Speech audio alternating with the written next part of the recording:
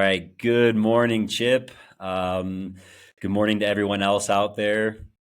Today, I'm super excited to have Chip Taylor with me. He is the founder of Monarch Watch. He has dedicated his life to monarch butterflies as well as just kind of insect ecology and other fascinating realms in that world. And today, Chip and I are going to dive into a whole bunch of different topics. But first, Chip wants to know a little bit about the podcast. And maybe that's actually a good idea. Chip, you're bringing in a lot of value here, getting me to talk about the podcast right off the bat. Um, so the podcast, in essence, is just the fun rabbit holes that I like to go down. My interest as a kid, was very much animal oriented. I was the kind of kid who thought cartoons were weird. I was a Discovery Channel, National Geographic kind of kid. Um, and what's interesting is one of the connections here is that I would actually go with my grandparents. Two of the main migratory phenomena I got to observe as a kid were the elephant seals on the central coast of California, and the other one would be the monarch butterflies, the populations that do come to the central coast of California. And we'd done that, several times growing up. But actually, I took my ex girlfriend several years ago because I was like, oh, I wonder if the monarchs are around right now. And we happened to be over on the coast at that time, and we went over to Pismo, California. Um, but back to the podcast, a lot of it, my interest, now I'm in, I was in business for a long time. I was an entrepreneur in China and India. I lived over there for about 6 years. And I worked mostly in the food and agriculture industry. In India, I was working in the almond industry, and then later a nuts and seeds brand. But my interests are regenerative agriculture. I'm now a trained herbalist, and one of my biggest fascinations is, and not only fascinations, but just ways that I'm trying to live my life is more from an indigenous perspective. And so, different indigenous cosmology, and that always entails plants, animals, migration, weather phenomena, all these different things. So, one of my biggest loves in the world is indigenous weather forecasting, which and just the living, actually the living calendar, really, right there. There's no block, Monday, Tuesday, Wednesday, Thursday in a real living calendar. It's when the butterflies show up, it's when this flower blooms, that tells you where you are in space and time. It tells you what needs to be done next. Do we need to move now for the next food source, or do we need to perform this ritual type of thing? And so that's where animal migrations are really, really fascinating. And it's also fun. I did a little bit of research to see kind of what is the connection between the calendar and the monarchs. And there are some, which, we can get into in a bit. But yeah, that's the gist of the podcast right now. Well, that's a very interesting because what you just iterated there was one of my honeybee lectures. Uh-huh. So I taught honeybee biology for quite a few years, and the kids that I had in class were inner city kids, suburban, urban sort of kids. Wasn't dealing with a farm community, and basically I realized after a few iterations of that curriculum that basically the inner city students considered everything out there to be green. They didn't know anything about phenology, and they didn't know anything about the timing and the sequence and what influenced the phenology of various organisms, or they couldn't even identify different plants because it all looked like it was green to them. So what I had to tell Mm. them was that if you're going to be somebody who's really keeping bees, you have to be a good observer of what the bees are doing, because the bees have a rhythm as they go through the development of the season, and that rhythm is largely monitored or modified by the phenology of the plants. So you have to be a very good observer of what the vegetation is doing, how the vegetation is responding to the weather that's given out there, And so you bring this all together in terms of your management. So you manage your bees with respect to what the seasonal conditions are providing. And that determines how you handle the bees. It also determines, how you prepare for things even a month or 2 months ahead of time. So it's what you're doing or what you're thinking of is very much what farmers have to do, what beekeepers have to do, and so on. Yeah, it's a rhythm out there, and the rhythm is variable, and you have to understand it. Exactly. Yeah, it's all about the rhythm of the dance, and are we dancing with it? Yeah, well, not so And much, are we? We can't get yeah, into we can't get exactly. into that. We're breaking up the dance, aren't we? Totally. No, and that's a lot of what this show is for, is to to kind of bring us all back to the dance, to the rhythm, and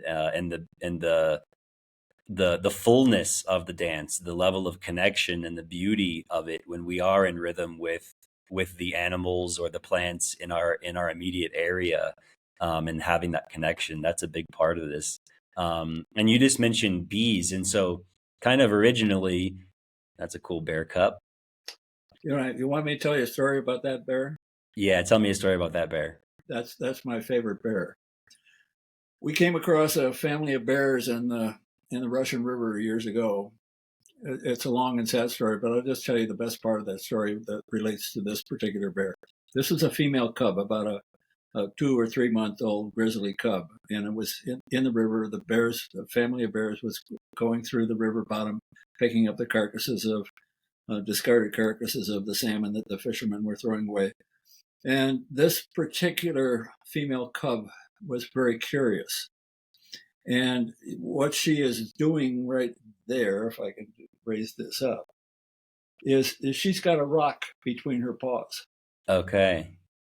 And she was repeatedly picking up rocks from the bottom of the river and dropping them to watch them splash. Oh, really?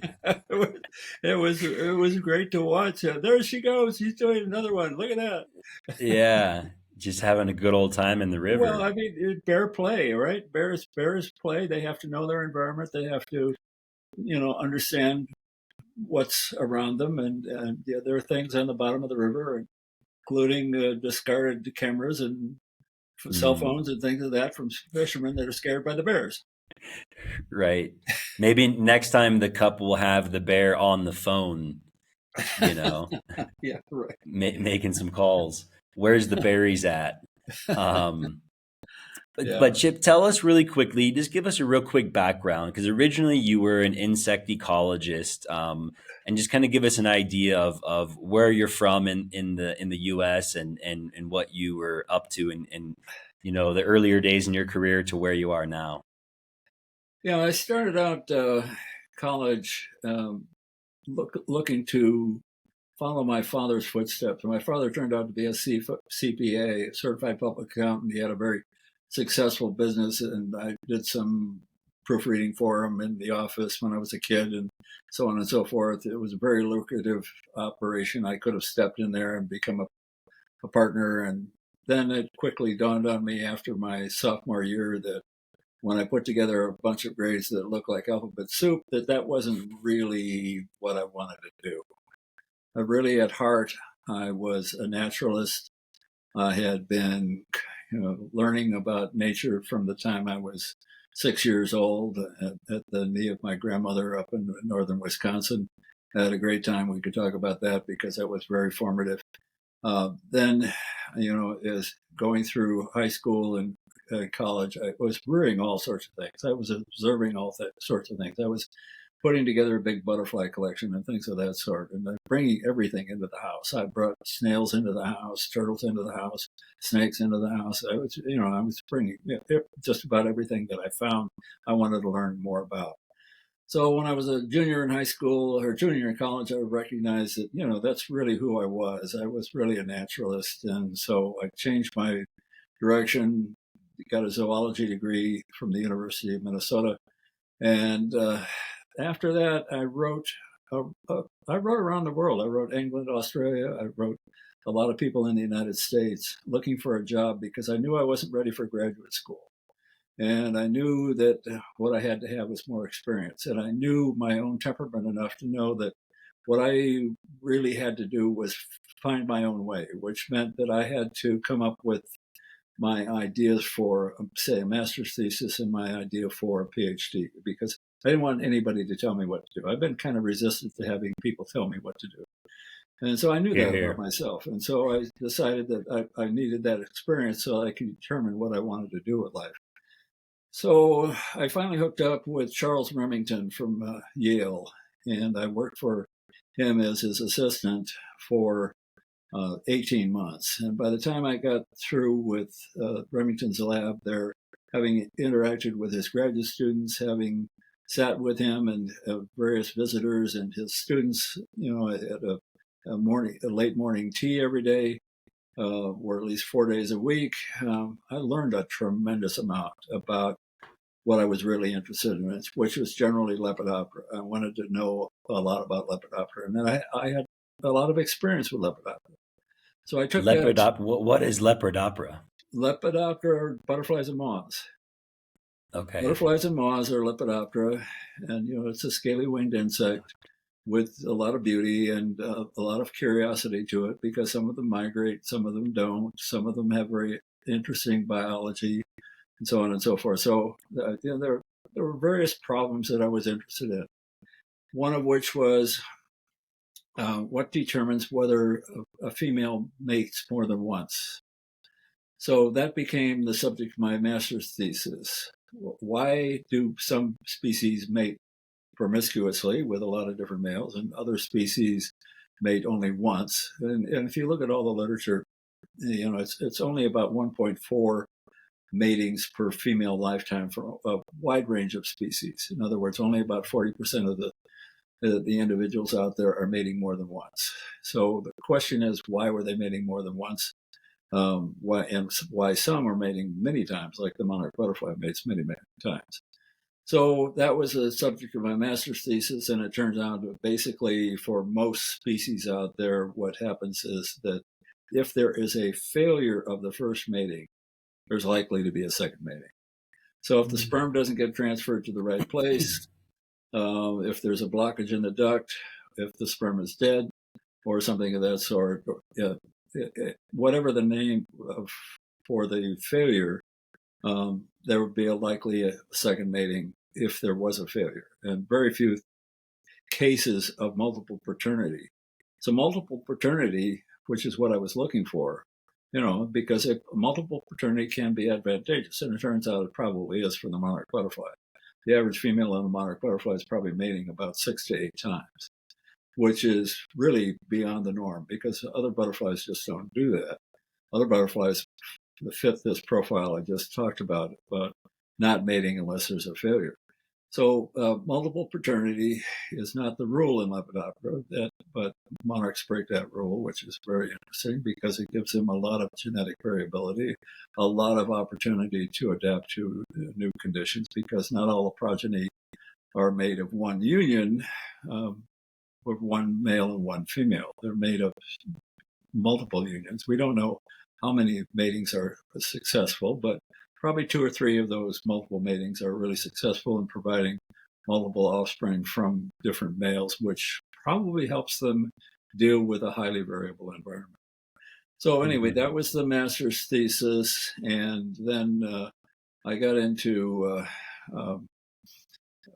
another interesting question involving sulfur butterflies. Sulfur butterflies are small, kind of that size butterflies that feed on alfalfa and sweet clover and so on and so forth. They're mostly leguminous feeders. There are 2 species in in North America. One is Coleus eurythmi, which is called the orange sulfur, and then the other one, which is the yellow sulfur, which is Coleus phallotici. And these 2 forms were considered to be one species because they hybridized. And I thought, no.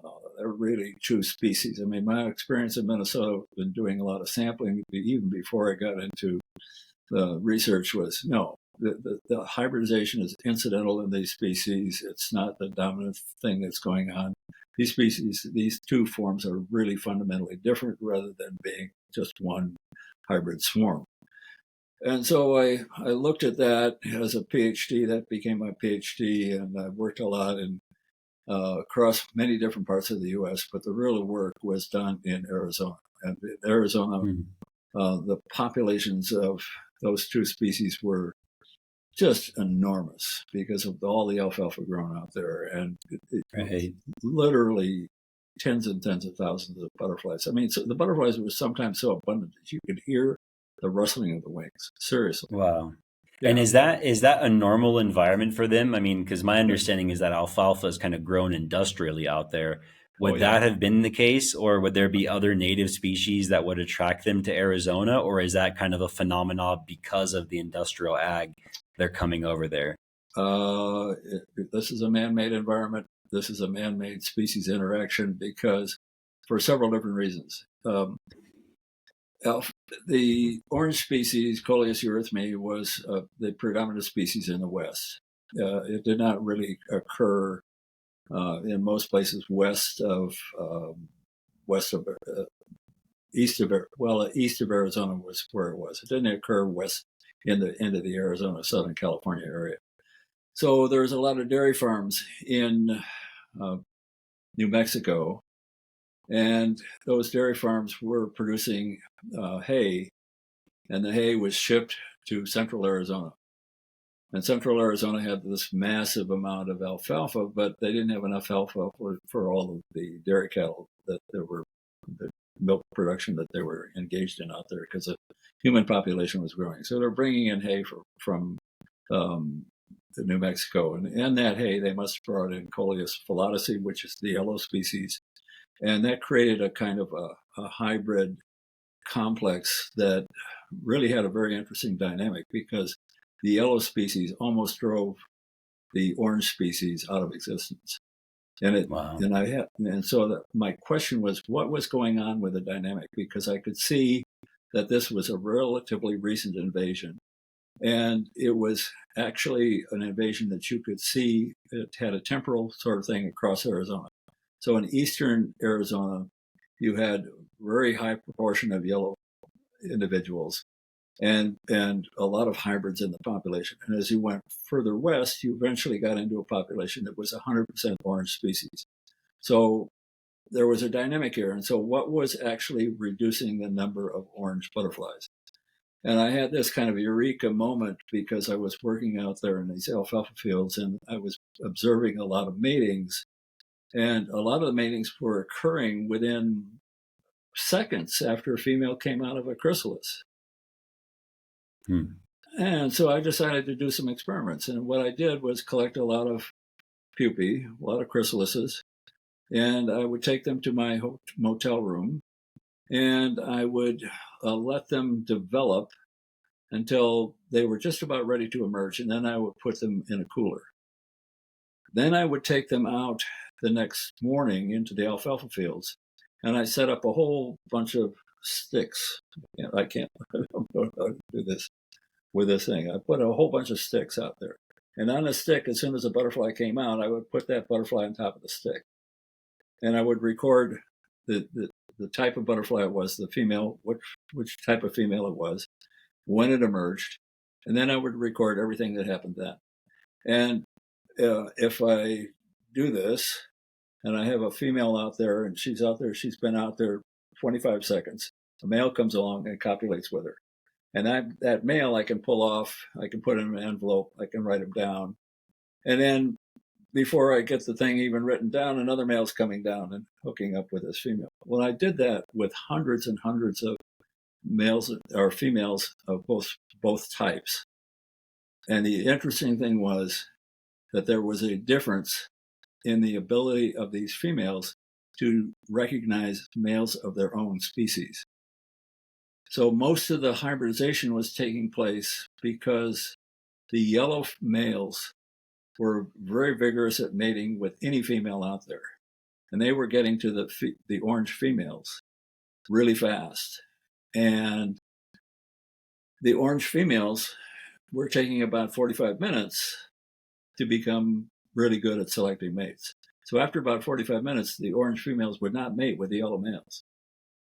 But the yellow females were very good at discriminating against the orange males within about 10 or 15 minutes. So what this set up was a dynamic that allowed frequency and density dependent sort of interactions to take place. So if you had a lot of yellow males in the population, they would get to the orange females really fast. And as I dug deeper into this, the hybrid generation, we have a hybrid between a yellow male and an orange female.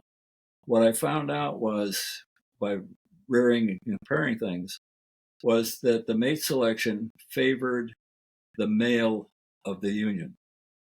In other words, if there was a hybrid cross and it was yellow male versus orange female, the offspring of that hybrid cross would tend to mate with yellow males. On the other hand, if I had a cross that was the other way, of an orange male with a yellow female, and I looked at those offspring would tend to mate with orange males. So what was happening here is basically the whole system was being driven by the difference between the female line of both species in their ability to distinguish mates of their own species.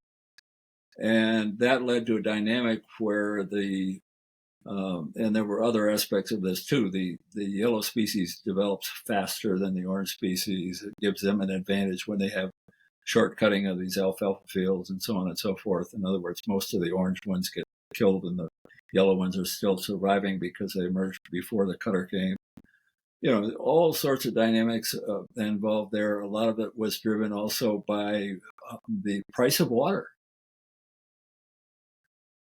Everything has to be irrigated out there, right? So if the price of water was really high, then they would use less water on the alfalfa to irrigate it.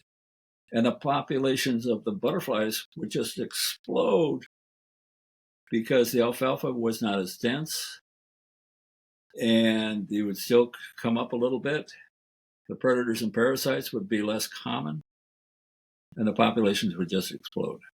Wow. If there was a lot of water, there would tend to be a lot more disease, a lot more predators and parasites, and the populations would go down. So, what a wonderful sort of thing I walked into. A dynamic hybridization thing. And here's the thing that really spooks me about this. And before COVID, I was making plans to go back out there. Ron Rachowski, who is a faculty member at Arizona State, and I got together. He invited me out to Arizona State to give a talk about all of this because he was interested in coleus as well, the yellow and orange species. And Ron was talking about the things that he was doing, and he said, well, we had this one experiment we wanted to do, so we went out and collected a lot of caterpillars, and we brought them into the lab, and a large percentage of them, tremendous percentage of them, were parasitized. I said, what? What? We never saw any parasites when I was working out there. So what had happened was that a parasite had come in there, and guess what? It was a specialist on the yellow species.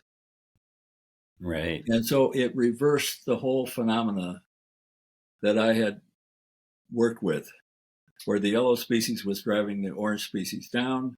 Now the yellow species was at a disadvantage and the orange species came back. Wow.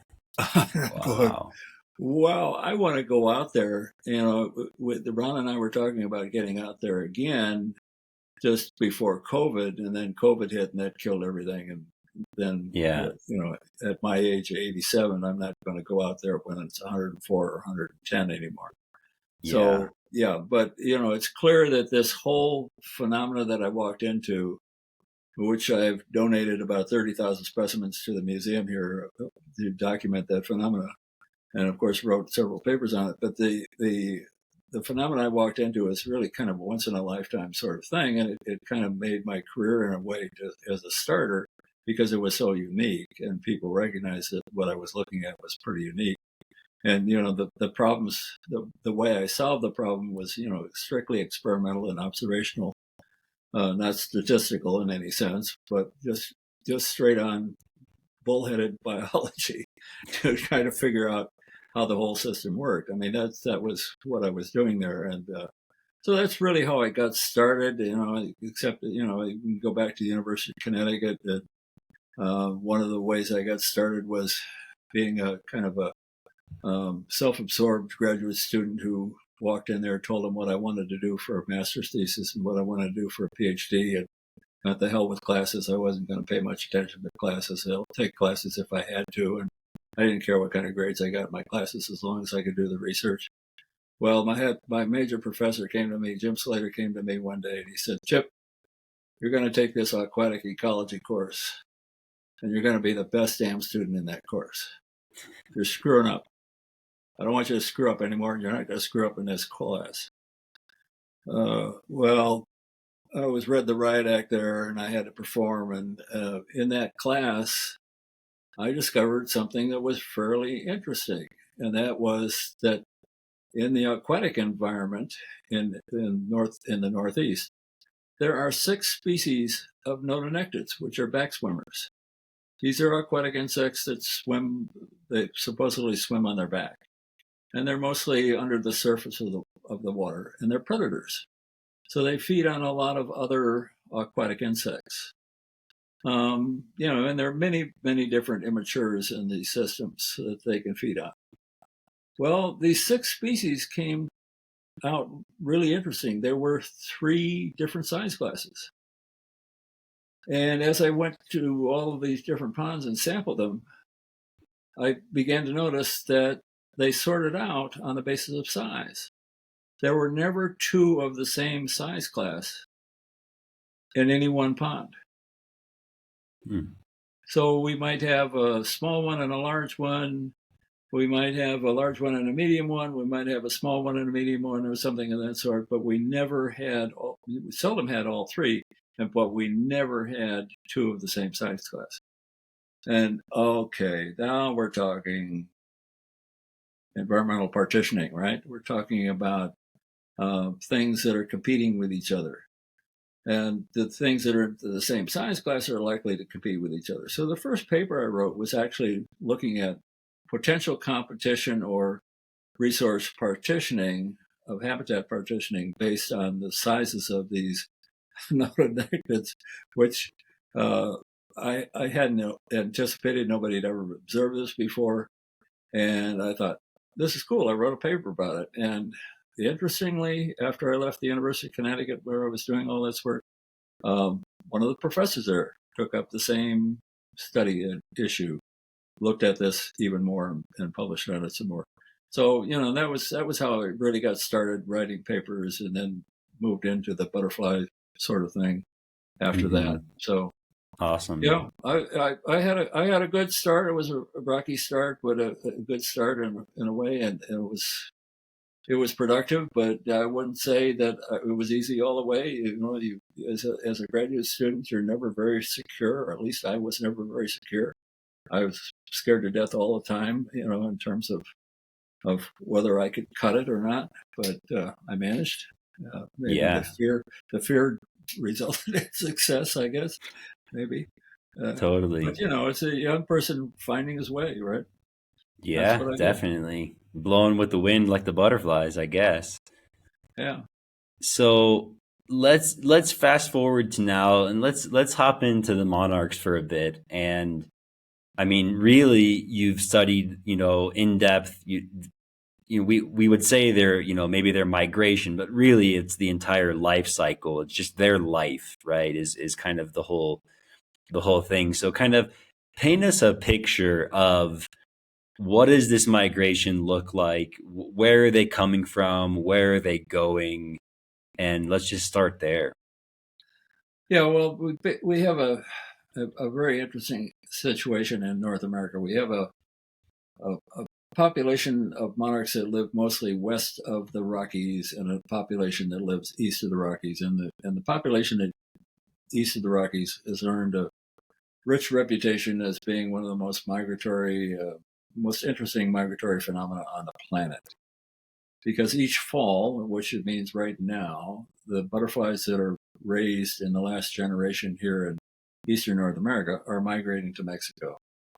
And this migration to Mexico involves about a 2 to 3 months traverse. They're going at about 27, 30 miles a day. And they're originating from everywhere from the Maritimes in eastern Canada, the Maritime provinces, like Prince Edward Island and so on and so forth, and all the way to, say, the Central Dakotas, which is about 100 degrees west. So you get this migration that's moving down the eastern part of the country. It goes through into Mexico mostly between Del Rio and Eagle Pass, which is right on the border. And they enter In Mexico. Texas, right? That's in Texas, Del Rio in Texas, Yeah, coming Del over Rio and into Mexico. Eagle Pass in Texas, right on the Mexican border. That's where most of them pass through. And then they move through the lowlands of northeastern Mexico, and then they get to the intermediate elevations of Mexico, around San Luis Potosi and so on and so forth. And there they tank up with a lot of nectar. There's a lot of bloom in that area most years. And they fill up with nectar. They convert that nectar to lipids, the fatty acid component. And then they arrive at the overwintering sites, and they live off most of the fatty acids through the winter, most of the lipids through the winter. They convert those lipids to trehalose, which is a common insect sugar that's in the insect bloodstream, and that's the energy source that most insects use. And they have to have, in addition to that, being able to break those lipids down, they have to get water. And so as a result of needing water, because water is lost through respiration and the metabolic process doesn't produce enough water, if they're breaking down the lipids, the metabolic water that's produced isn't sufficient to keep them going in a quiescent state. So they become relatively active during the winter if the temperatures are right. If the temperatures are really cold, they just sit for 2, 3, 4 weeks if they have to. But if they sit too long, then you're going to lose butterflies because they haven't had an opportunity to rehydrate. So one of the most spectacular things when you get to the overwintering sites is the streaming of the butterflies coming off the overnight roosts, going down to look for water at lower elevations. And so almost all of these overwintering colonies in Mexico are located relatively close to water because they do need the water, occasionally through the winter. So it's a kind of a semi-active environment through the winter because they do need water. They do need to have a little, maybe even defecation flights part of the time. But they're relatively inactive in January because it's too cold. But by the time you get into February, about the 12th of February, you're starting to see a lot of mating activity. And it's mostly the small males that are doing a lot of mating activity. They're probably the last chance males. They're probably not going to make it back to the U.S. But so there you get a lot of individuals turning on sexually. So you see a lot of mating behavior at the end of February. By the end of February, if the temperatures are right, that migration starts north. By the first week of March, they are arriving in Texas. And those are the overwintering butterflies. So you've got about 600 to 800 miles to go to get to Texas from these overwintering sites. These overwintering sites, by the way, I haven't described them, but they're at about 10 to 11,000 feet. They're roosting in tens of millions in these oyamel fir trees. The estimate right now, which I think is too high, is that there are 21.1 million butterflies per hectare, and each hectare is about 2.5 acres. So the mass of these butterflies is just tremendous. But they're moving north, and so they arrive in Texas in the first week of March.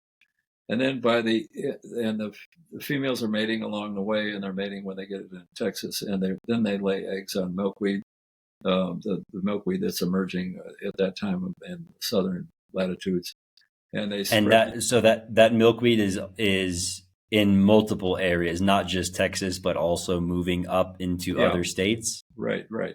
So in Texas, there are really three milkweeds that they use extensively. I don't know. We need to go into the details on those, but there are three milkweeds that they use extensively. One of which is really, really important. That's something called Asclepias viridis, which is a green antelope horn milkweed. It's fairly abundant. They lay a lot of eggs on that. The larvae mature, and most of the females that have overwintered in Mexico are dead by the 1st of May.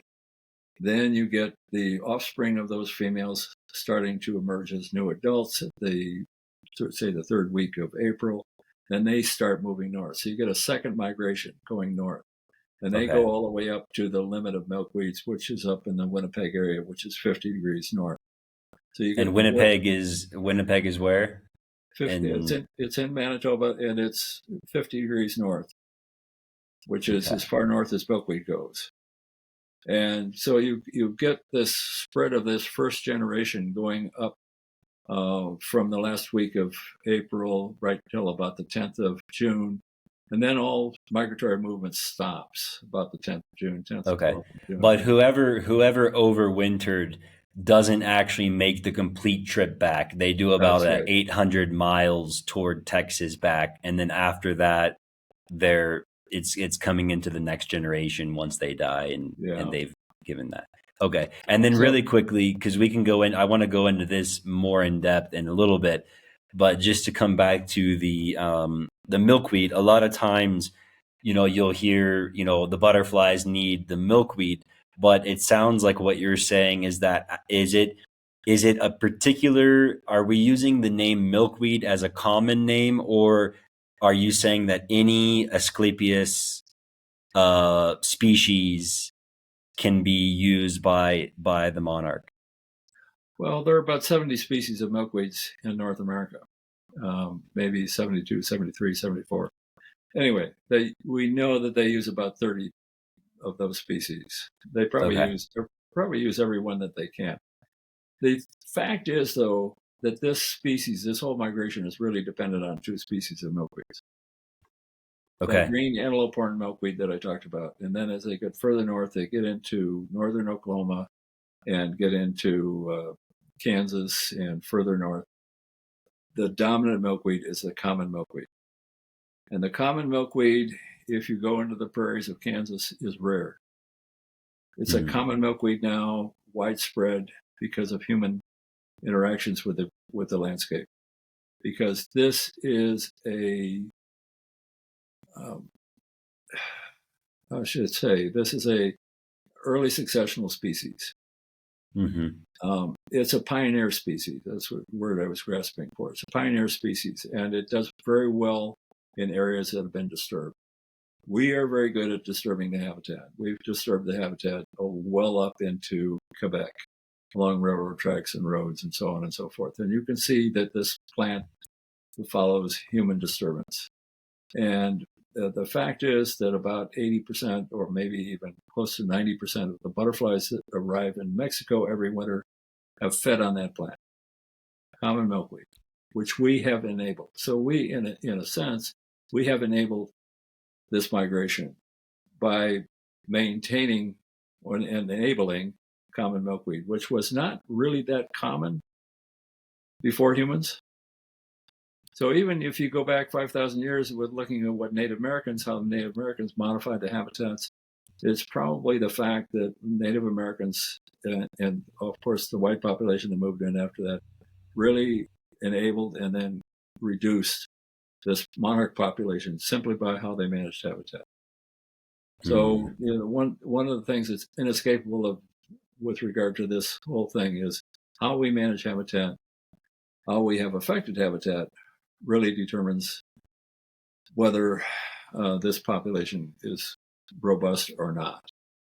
Do you think it's possible that they were using other species a lot more in 1,000 years ago, and that maybe that one common species kind of became more prevalent for some reason, or do you think it's always been only a couple of species that they primarily use? Probably, well, yeah, there was probably more diversity in the past because there was there were more milkweeds in the past. I mean, when you had a prairie out there, many of those prairies had 15 species of milkweeds in them. Now, if you have a grassland, you're lucky to have 3 species.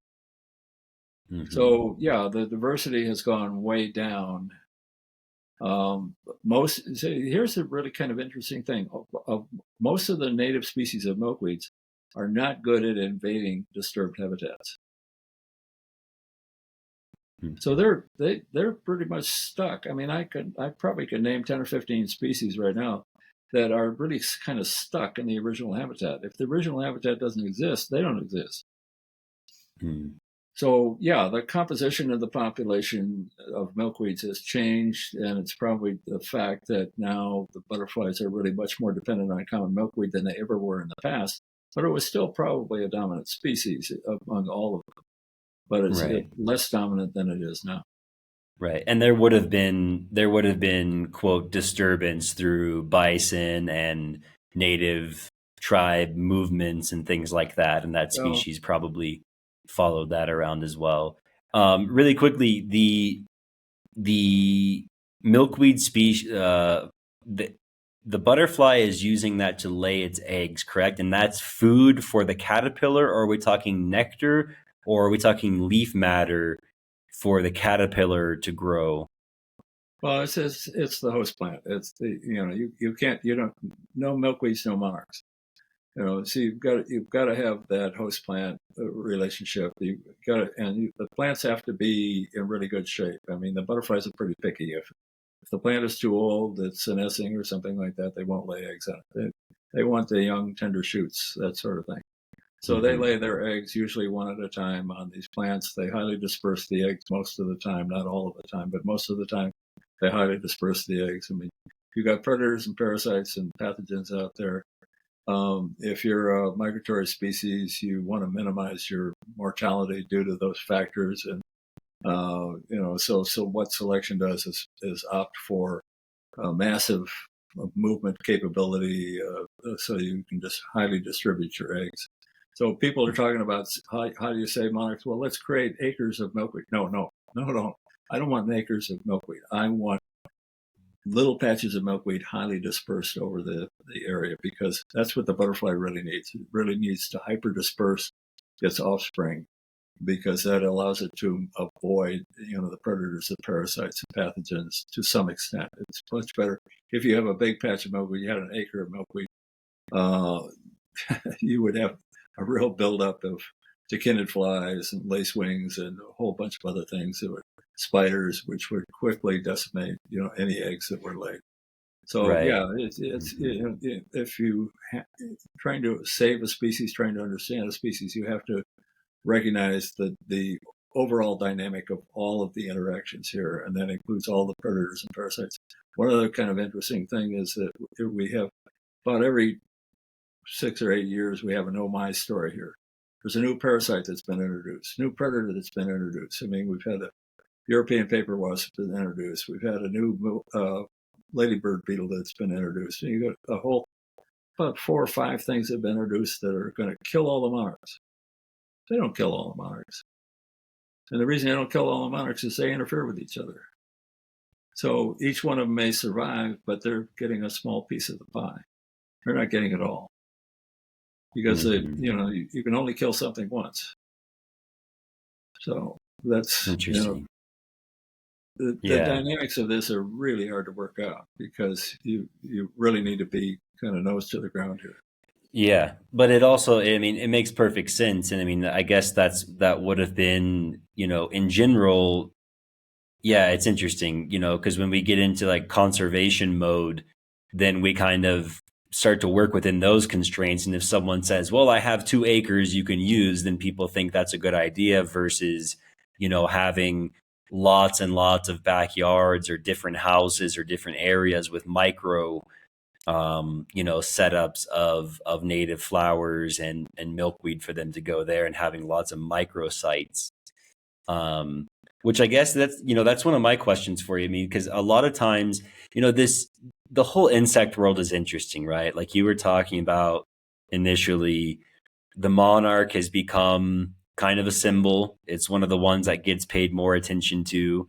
Um, the European honeybee kind of has a similar thing, right? Whereas, if you talk to someone who's, into biodiversity and insect ecology and all these different things, they will tell you, actually it's the wild bees and a lot of your other insects that we need to worry about where populations are collapsing. But it seems that we need some sort of one to popularize in order to capture people's attention.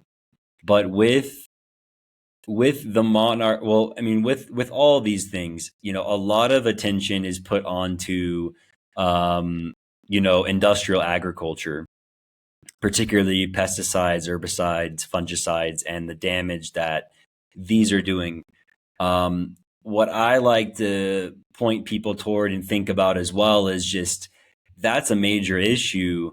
But how big of an issue relative to that is just loss of habitat, for example, through the American lawn, right? Through concretization of cities, but primarily the American lawn, which is the largest irrigated crop in America today. How, I mean, how do you think about those things? Is just the sheer loss of habitat and food source of not having native flowers and plants where they would have been just as big or a bigger issue than, say, pesticides and herbicides? Yeah, it's really difficult to sort all of that out. And yeah, so I've walked into a number of meetings where people are concerned about one species or another in terms of trying to save them from decline or what have you. And everybody's wringing their hands and trying to propose various ideas about what they can do. And a lot of people are bragging about efforts that they've made. And I disturbingly asked the question, how much habitat are we losing every year? And why are we losing it? And where are we losing it? And nobody ever knows. If you're losing more habitat than you're restoring, you're running as fast as you can, but you're never going to get there. Right? So we have to understand the fundamental dynamic of landscape change. And we don't have a grip on that. Our metrics are not fast enough. They aren't coming fast enough to us. I've estimated that we're losing about 2 million acres a year that are relevant to monarchs. And what I can actually track is that we're losing about 1 million acres of grassland a year. And grassland is the monarch habitat. That's where the milkweed grows. The open spaces, it doesn't necessarily mean prairie. It means something that's been maintained as a grassland sort of habitat. I mean, pastures, roadsides, something of that sort. We're losing a lot of that, maybe 1 million acres a year. Then we're losing a lot of money, a lot of acreage to development. And that's really hard to pin that down because as you're talking about it, the expansion of urban habitats, suburban habitats, the concretization of the landscape, the asphalt and all of that. So we are changing the land use, but we have very few metrics that allow us to change the dynamic here, to understand the dynamic. And so when we're losing habitat to housing development and so on and so forth, and I've got some things I've written about this, the amount of houses that would go up to, say, Houston in a given year, enormous. I mean, it would take out, the number of houses that would be developing in Houston would take out an enormous number of acres per year. Well, how do how much of those acreages were actually grassland? How much of them were actually forest? Well, we have no idea. We don't have a good idea of what we're doing. So this is one of our fundamental problems in a lot of conservation issues. Yeah, there's another problem, and that is that we have to understand the causes of decline. I mean, you brought up the pesticides, herbicides, and what have you, and it's easy to show that you've got a spot in the country where you're losing a lot due to herbicides, They're losing a lot due to pesticides of one sort or another. So you got insecticides. I mean, we get reports every year about monarchs, almost every year, about monarchs being killed by mosquito control people who are applying mosquito control measures at a time that the migration is occurring. And they're killing hundreds of butterflies here, hundreds of butterflies there, and so on and so forth. And, because of inappropriate understanding of the things that are intersecting. Like we were talking about the phenology. There's a phenology to the monarch migration. You've got to understand that. There's a phenology to the milkweeds or the mosquitoes as well. So you've got to understand how you can avoid killing the monarchs while you're controlling the mosquitoes, that sort of thing. The biggest thing that happened with the monarch world started with the development of herbicide-tolerant crops. We call them HT crops. These are crops that were genetically modified so that the corn and soybeans were resistant to glyphosate, which is known as Roundup. So I got an email in 2004 from a grain farmer in Nebraska, and I had been involved in a controversy about the development of these plants already because they had very scary amounts of very toxic pollen in them, which was killing caterpillars. So the pollen would land on a leaf, and the caterpillar would eat the pollen and be dead just like that. We brought it into our lab, and we were killing caterpillars within 30 seconds. 2 or 3 bites, and they were paralyzed, right? So there was a controversy involving toxic pollen, but the thing that really shook me up was getting this letter from a grain farmer in Nebraska, and what he said was that I'm using these new crops, these genetically modified crops that are resistant to glyphosate, and what I'm doing is that I'm eliminating all of the milkweed that is growing in my corn and soybeans. Milkweed is a low-level contaminant, or was a low-level contaminant in corn and soybeans across the Midwest. Hundreds of millions of acres, almost 200 million acres in total. Huge area with a low rate of contamination. A study that was done in, I think, 1999, 2000, indicated that the most productive habitat for monarch butterflies was corn and soybeans. That was jaw-dropping. What? You mean the milkweed in corn and soybeans is producing most of the monarchs? Wow. Well, I got the email from the grain farmer, and he said, all that milkweed's disappearing. And I thought, oh my God, of course. What that's going to mean is the monarchs are going to crash. So in 2005, we started, and we were really a very poorly organized organization at that time. We didn't have a lot of money. But in 2005, we started what we call the Monarch Waystation Program. And the Monarch Waystation Program was designed to encourage people to do what you were talking about earlier, which was to bring milkweeds into gardens, into cities, into urban areas, and so on and so forth, and get people to actually pay attention to maintaining the habitat that was needed for monarch butterflies. We couldn't do anything about the larger landscapes out there, but we wanted the citizens to step forward and do something. So that program, the Monarch Waystation Program, started in 2005. It was very difficult to sustain that program for the next several years because we just didn't have the money to do it. We didn't have the money to broadcast this sort of stuff and really reach out. But eventually the program grew, and we're now approaching having almost 50,000 registered monarch waystations. Wow. That sounds like a good number, but we probably need 5 million. Yeah. And so a big part of this is you guys are actually providing like seeds or seedlings for varieties of milkweed, right? And then people can either buy them or donate, or it's donated to them to where they can get that in the ground. Yeah, absolutely. Yeah. Okay. And again, that program, we're the largest program in the country. We distribute about 150,000 milkweeds a year through various incentives and what have you. About 150,000 milkweeds a year.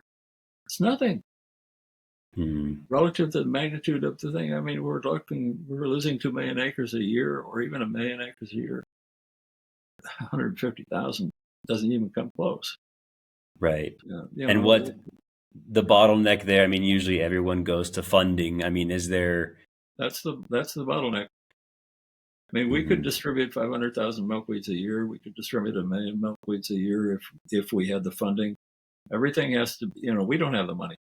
Everything has to be uh, come in. There has to be generous donations to allow us to distribute those milkweeds, because we work with 5 nurseries across the country to produce those things. So the milkweeds from the southeast come out of a nursery in Georgia that produces milkweeds from the southeast. We have a nursery we work with here in Baldwin, Kansas. There's another one we work with in Wisconsin that covers most of the eastern United States. But then we have a nursery that we work with in California that covers certain parts of California, but doesn't even cover all of California. So in terms of doing this, distributing these milkweeds, we have to work with nurseries. We've gone through 10 nurseries to get 5 that are really good. In other words, Mhm. not everybody's capable of growing milkweed and packaging it and shipping it appropriately. So yeah, we've had some interesting learning curves here in terms of actually dealing with the nursery industry, finding the ones that can do the job. Right. But this is, I mean, overall, I mean, yes, relative to the challenges of the day-to-day operations and getting it going. But I mean, this is a pretty long-standing program now, right? I mean, this has been Right. going for what, 10 or 15 years? Yeah. So we started in 2005, and we started distributing milkweeds for habitat restoration broader around 2014. Okay. And I mean, well, who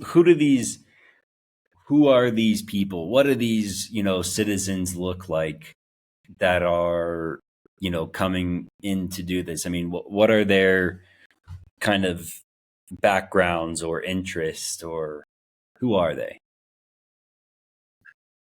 Well, I wish I could tell you, because it's not just one type of person or one type of thing. When you look at the Monarch Waystation Program, it's mostly urban and suburban adopters. These are the small garden sorts of things. If we go a little bit further in terms of looking at habitat restoration, we do have some farmers, but we do have a lot of private landowners. We do have some federal government adopters. We have some state government adopters. So we have shipped a lot of milkweed to various programs that actually ship milkweeds or distribute or promote monarchs habitats stuff. We sent a lot of milkweeds to a place in Iowa, which got them started on distributing a lot of milkweeds locally.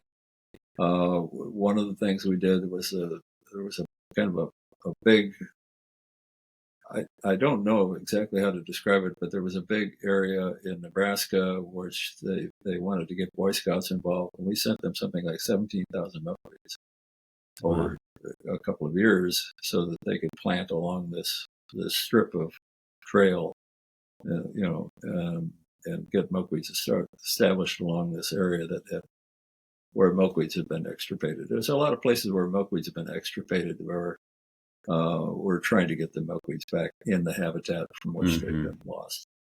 I mean, would you say from a practical approach right now, because earlier you were talking about, we don't even know how many, thousands of acres are being lost per year, but couldn't we just make the grand assumption of a lot of acres have been lost over the past 100 years, more are being lost now? Plant as much of this as you possibly can for the next 30, 40 years and don't look back type of mentality. Well, that's it. I mean, it's all hands on deck. I mean, basically, we're going to save this migration. We've got to get a lot of plants in the ground. We've got to recognize what we've lost. We've got to recognize what we can do to modify that loss. And this brings me back to uh, another very kind of sensitive issue, and that is that monarchs are under consideration for listing as a threatened species or even an endangered species. And so the question is, what sort of regulations would follow that? I mean, one of the things that might come down is they list monarchs as being a threatened 4D. Well, why would you do that? I mean, what can we do with this species in terms of providing for it? And will regulations make a difference, or do we just have to bite the bullet and plant a lot of milkweeds? Well, my approach is that that's what we have to do. And the reason that regulations aren't going to affect this. I mean, there isn't a single regulation that I can think of that will improve monarch numbers, right? So what would a potential regulation even look like if this were the case? Well, that you had to control the milkweeds on your property, that you couldn't rip them out, for example. And this is a bone of contention, because we have already been told, but by a lot of people who don't trust the federal government, that if monarchs are listened as 4D, that they're going to poison all the milkweed on their property because they don't want the feds telling them what to do. So in other words, this whole thing could backfire. It could backfire if people really are worried about federal regulations. I mean, basically, federal regulations take the butterfly away from the people in a lot of different ways. It takes, they complain about, freedoms of choice of a lot of different things. And so the question is, if you're going to restrict usage or exposure, you've got to have a really good reason. And is there a good reason here? I don't think there is any sort of regulation that people could come up with which will actually improve monarch numbers. Give me an example. In California, it's so restrictive in California because they had a ruling a few years ago that a bumblebee has the same sort of environmental status as a fish. So a bumblebee is a fish, legally, which means that all other insects of concern are fishes, which means that they are under the regulation of the California authorities in terms of what you can do and can't do with them. So in California now, you cannot rear a monarch butterfly. In fact, you can't even pick up a dead monarch butterfly from the grill of a car or a truck. You can't handle them. That amounts to take. That amounts to interfering. That amounts to something they can't account for. Well, is that going to make a difference in terms of the number of monarchs out there? No. It's not going to make a difference. The human interference of picking up dead butterflies or even rearing a few is not going to change the population dynamic out there, because the human interaction is not on a scale that would really make a difference. Right. Wow. It just points to so much disconnection on all sides.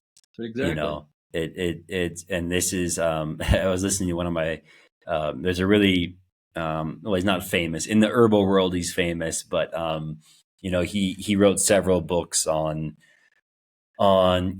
plants, but also he talked a lot about what he called horizontal anarchy.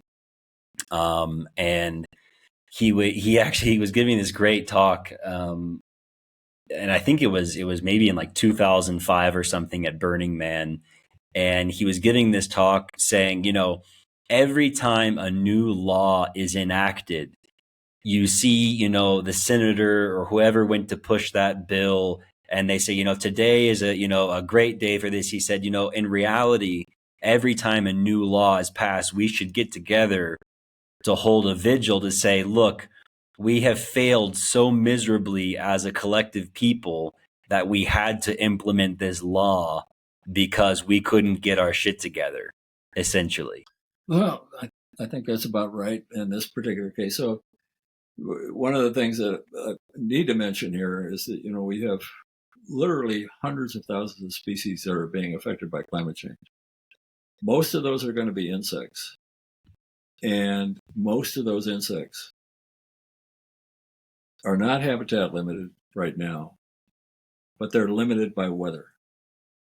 these monarch numbers are basically within a given amount of habitat that we are right now. The fluctuations you see in monarch numbers is a function of weather. So how are regulations going to deal with weather for all of these species? I mean, the Endangered Species Act was really designed for vertebrates. And vertebrates we can probably do something with, and we have a lot of good examples with vertebrates where an Endangered Species Act has been really effective. But what do you do with species like insects, like monarch butterflies, and like bumblebees, which are largely driven by weather? There's no regulation that can deal with weather.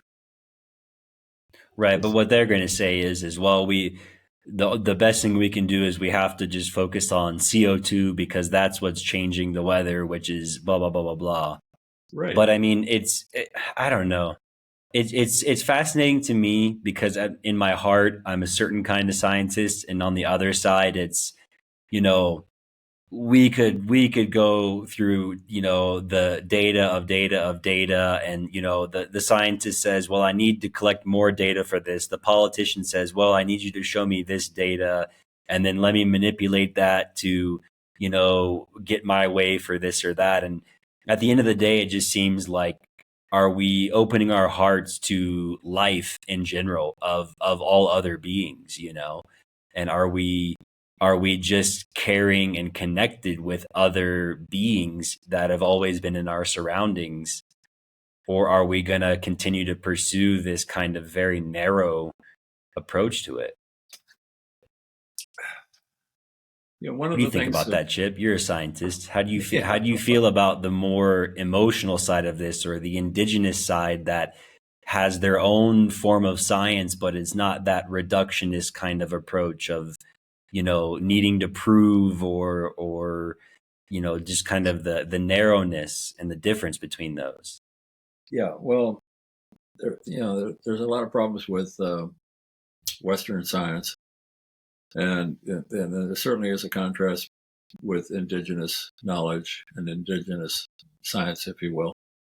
The problem is that neither one of them, neither the Western science or the indigenous knowledge, can really keep up with the pace of change that's about to come about.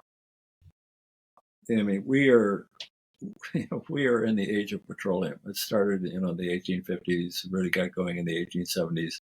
The human population has been growing at a pace that is extraordinary since the 1870s. All sorts of technological things have come along since the 1870s. But all of that is changing because the technology is going to change a lot of things. And one of the people that you ought to interview maybe is a guy by the name of Tony Seppa, who is a kind of a futurist who talks about all sorts of changes. And yeah, so for example, he's predicting that because we can produce milk proteins with bacteria and various other microorganisms, that the milk proteins that will be produced can be used in processed food, which is about 30% of the milkweed or the milk that is being used today. So we don't need to use real milk in processed foods. We can use, artificial milk. Well, what's that going to do to the landscape? Because you're going to have a massive reduction in milk production. You take away 30% of the milk production, and you don't need that pasture anymore. You don't need those methane producing animals anymore. So he's making various predictions that saying the landscape is really going to change in the next 10 or 20 years, and it's going to change very rapidly. What my issue with all of his predictions is, how does that match up with the climate change which is going to occur at the same time?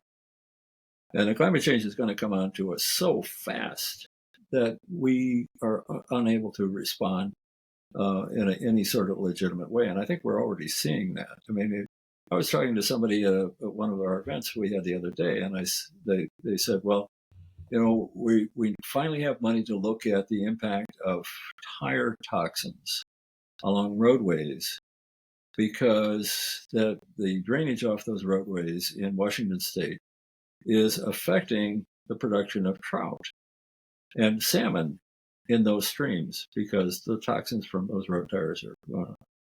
And I'm going, you're just getting money for that now? You're just getting money for that now? That knowledge has been out there for about 10 or 12 years. A bunch of high school students and their professor or their teacher figured this out 10 or 12 years ago, and we're writing about it and showing the people of Washington State that this is what they had to do if they wanted to have a continuing salmon runs. They had to control the runoff from the highways. So the problem here is that our response, we're seeing that with climate change in general, but our response to almost all of these problems, these environmental problems, is just too slow. We're too slow to act. I mean, we've got big problems because we don't understand what PFAS and PFOS chemicals are doing.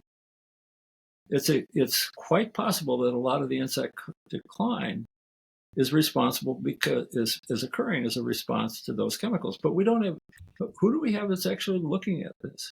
There may be Right. one U.S. Geological Survey lab that's looking at this, but we haven't heard anything about publications or anything which tell us how significant these are. But we know that in terms of human health, that these are endocrine disruptors. They are chemicals that are very serious in terms of human health. There are areas around this country which PFAS and PFOS chemicals are so concentrated that people really can't really live there without taking a significant risk. So, we're just not responding very fast to what's going on. And we have, my look at the future says that changes are going to happen so fast that we're going to be overwhelmed. Totally. I mean, there's no way at this point because it's we're already seeing it, but it's interesting because we have a very hard time understanding exponential growth, and we really can't understand tipping points, right? Right. And when you reach the tipping point, then it's a much bigger thing. I think my core interest though is I mean, that's another thing. If you look at studies and you just start to really understand indigenous worldview and cosmology around the world, the whole thing is premised on adapting well. I mean, here in the Andes where I live, right, you have 3,000 to 5,000 different types of tubers and potatoes. And the entire way, the pre-Incan and the Incan society managed things was ever expanding biodiversity. And we're doing the exact opposite in our modern culture. It's narrow it more and more. And I think that for me, one is the response, but we can't seem to really wrap our heads yet around that we have a very sick modern culture, that it's our worldview, right? Indigenous cultures didn't create some of these things for a reason because they knew how it would impact the overall interconnectedness and the harmony of all the other, beings they were interacting with. The water, they wouldn't poison their water the way that we do. That would impact the fish and then the insects. So then you don't invent certain things. But some parts of humanity, we're going in this one direction that's, it just, because you look at it, right? It's like everything that we hailed for the past 150 years is killing us, right? You got the PFAS and the microplastics in your water bottle. The green revolution in agriculture of nitrogen fertilizer and then pesticides, herbicides, fungicides. I mean, the vast majority of farmers I talk to still firmly believe that this is, we're feeding the world. This is how we fed the world, not realizing that, but you're also killing it at a rapid pace, and that's going to come back to fruition.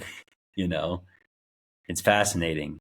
Yeah, I mean, yes, I think your points are all well taken there. That we really don't have a good grip on what's going on, and we're too slow to respond to all of that. I mean, that's the thing that I point out, that our response time is really slow. Yeah. Yeah, and And and go you know, ahead. Go ahead.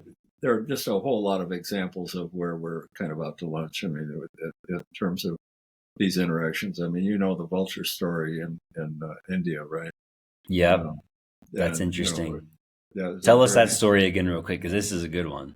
yeah. Well, I'm probably not going to do justice to it, but the basic thing is that there were a lot of vultures in India. I mean, massive numbers of vultures, and the vultures were feeding on the dead animals throughout the Indian countryside. So cattle would die as of old age and for other reasons, and the vultures, the natives, instead of processing those or burying those, would let the vultures clean them out. And that was working fine. That worked well. There was a long history of having massive numbers of vultures and basically cleaning up the environment, cleaning up the dead animals, and there was a nice relationship there. You didn't have to put more human labor into it. You just let the vultures take care of it. Then they started treating the cattle with a particular chemical. And when the animals would die after having that chemical as part of their life-saving sort of thing to deal with other parasites and pathogens, they would die, but the vultures would feed on those dead animals. And the product that they were putting into the cattle was actually toxic to the vultures. As a result, the vulture population collapsed. And what that meant was that there were a lot of dead animals in the fields that were not being consumed. And that produced runoff and produced pathogens and products that were poisonous to human beings. And the disease rate increased.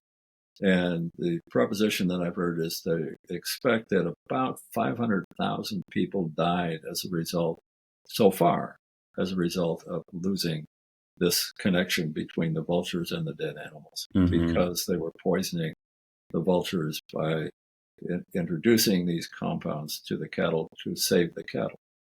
So they may have saved the cattle for a little bit from diseases and various parasites, but in the long run, they affected them their ability to survive because of um, the diseases that were promoted, the human diseases that were promoted on the basis of allowing these animals to petrify or to putrefy, Right. I should say, Yeah. in the landscape. I've also heard, I believe a part of that story is that there's also a higher incidence of rabies from feral dog populations Yeah. increasing um, because of this as well. And the feral dogs don't do the same type of ecological job that the vultures do in cleaning it up in such a way that there's not the pathogens created. But you do have an increase in the food supply for some of these feral dogs, and then you have increase of rabies interactions with dogs biting people. But it's just a great example of not seeing the larger interconnectedness, the larger whole, and it's just ironic, right? Because you think, well, I'm saving this cow, which means I'm going to save people because we're going to be able to have food and not starve. But then 500,000 people die a couple, years later because of the pathogens. And so it's just, in the end, what are we doing type of mentality. It's very curious. But let's go back really quick to, I want to know a little bit more about, because I'm super fascinated with weather in general, especially El Nino. I had interviewed a ornithologist from Delaware, and he had a very special data set on the veery. Um, and that species he found was actually able to predict the intensity level of the Atlantic or the Gulf Coast hurricane season better at that point in time than any meteorological algorithm, right? There was something, because they migrated from Delaware all the way down to Brazil and then back. They were picking up on certain things and completely changing their breeding and life cycle based on what they predicted the intensity of the hurricane season coming. And so I'm just curious about, are there any patterns or phenomena that you've been picking up on over the years, or any that you maybe just have hunches on through years of observation of how the weather is working with this, these migratory patterns of the monarchs? Yeah, there are a couple of things that are going on and a couple of things to worry about. Um, but I can't say that the monarchs are able to tell the weather in advance or respond to the weather in advance. They're kind of victims of whatever happens at a particular moment. But yeah, but let's talk about what we're seeing right now. I've analyzed a lot of data. Other people have looked at the data, and what we can see is that the fall migration is becoming later and later and later. And that means that if you look at why it's becoming later, it's because of the September temperatures are higher. Monarchs have a lot of optima. They have a lot of optima in terms of what they can do. They're not, they're more physiologically limited than a lot of vertebrates are. So once you get up into the 90s, you don't migrate. And a lot of September temperatures are in the 90s. And that slows down the migration.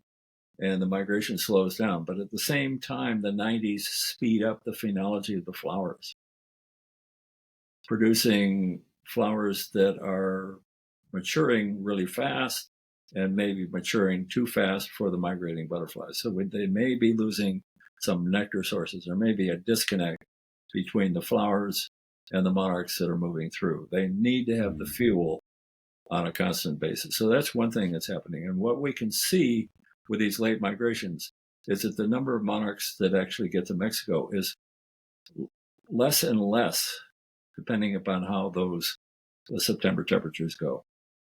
So that's one of the things that we're seeing that's fairly clear in the data.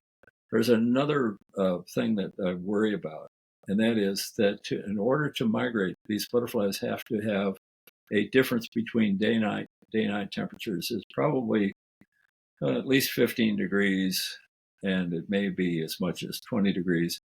And these differences have to be such that the high limit for the daytime temperatures has got to be no higher than maybe the low 80s. So if you go to the low 80s to the low 60s, the butterflies will enter diapause. They have to enter diapause, which is a reproductive arrest condition. They're not reproductive when they migrate south. So they have to have this condition to enter diapause before they can migrate, before they have the ability to respond to the celestial changes that are taking place. But if you look at what's going on in Texas and in Oklahoma, those October temperatures, because that's where the migration is at that time, are getting warmer and warmer and warmer.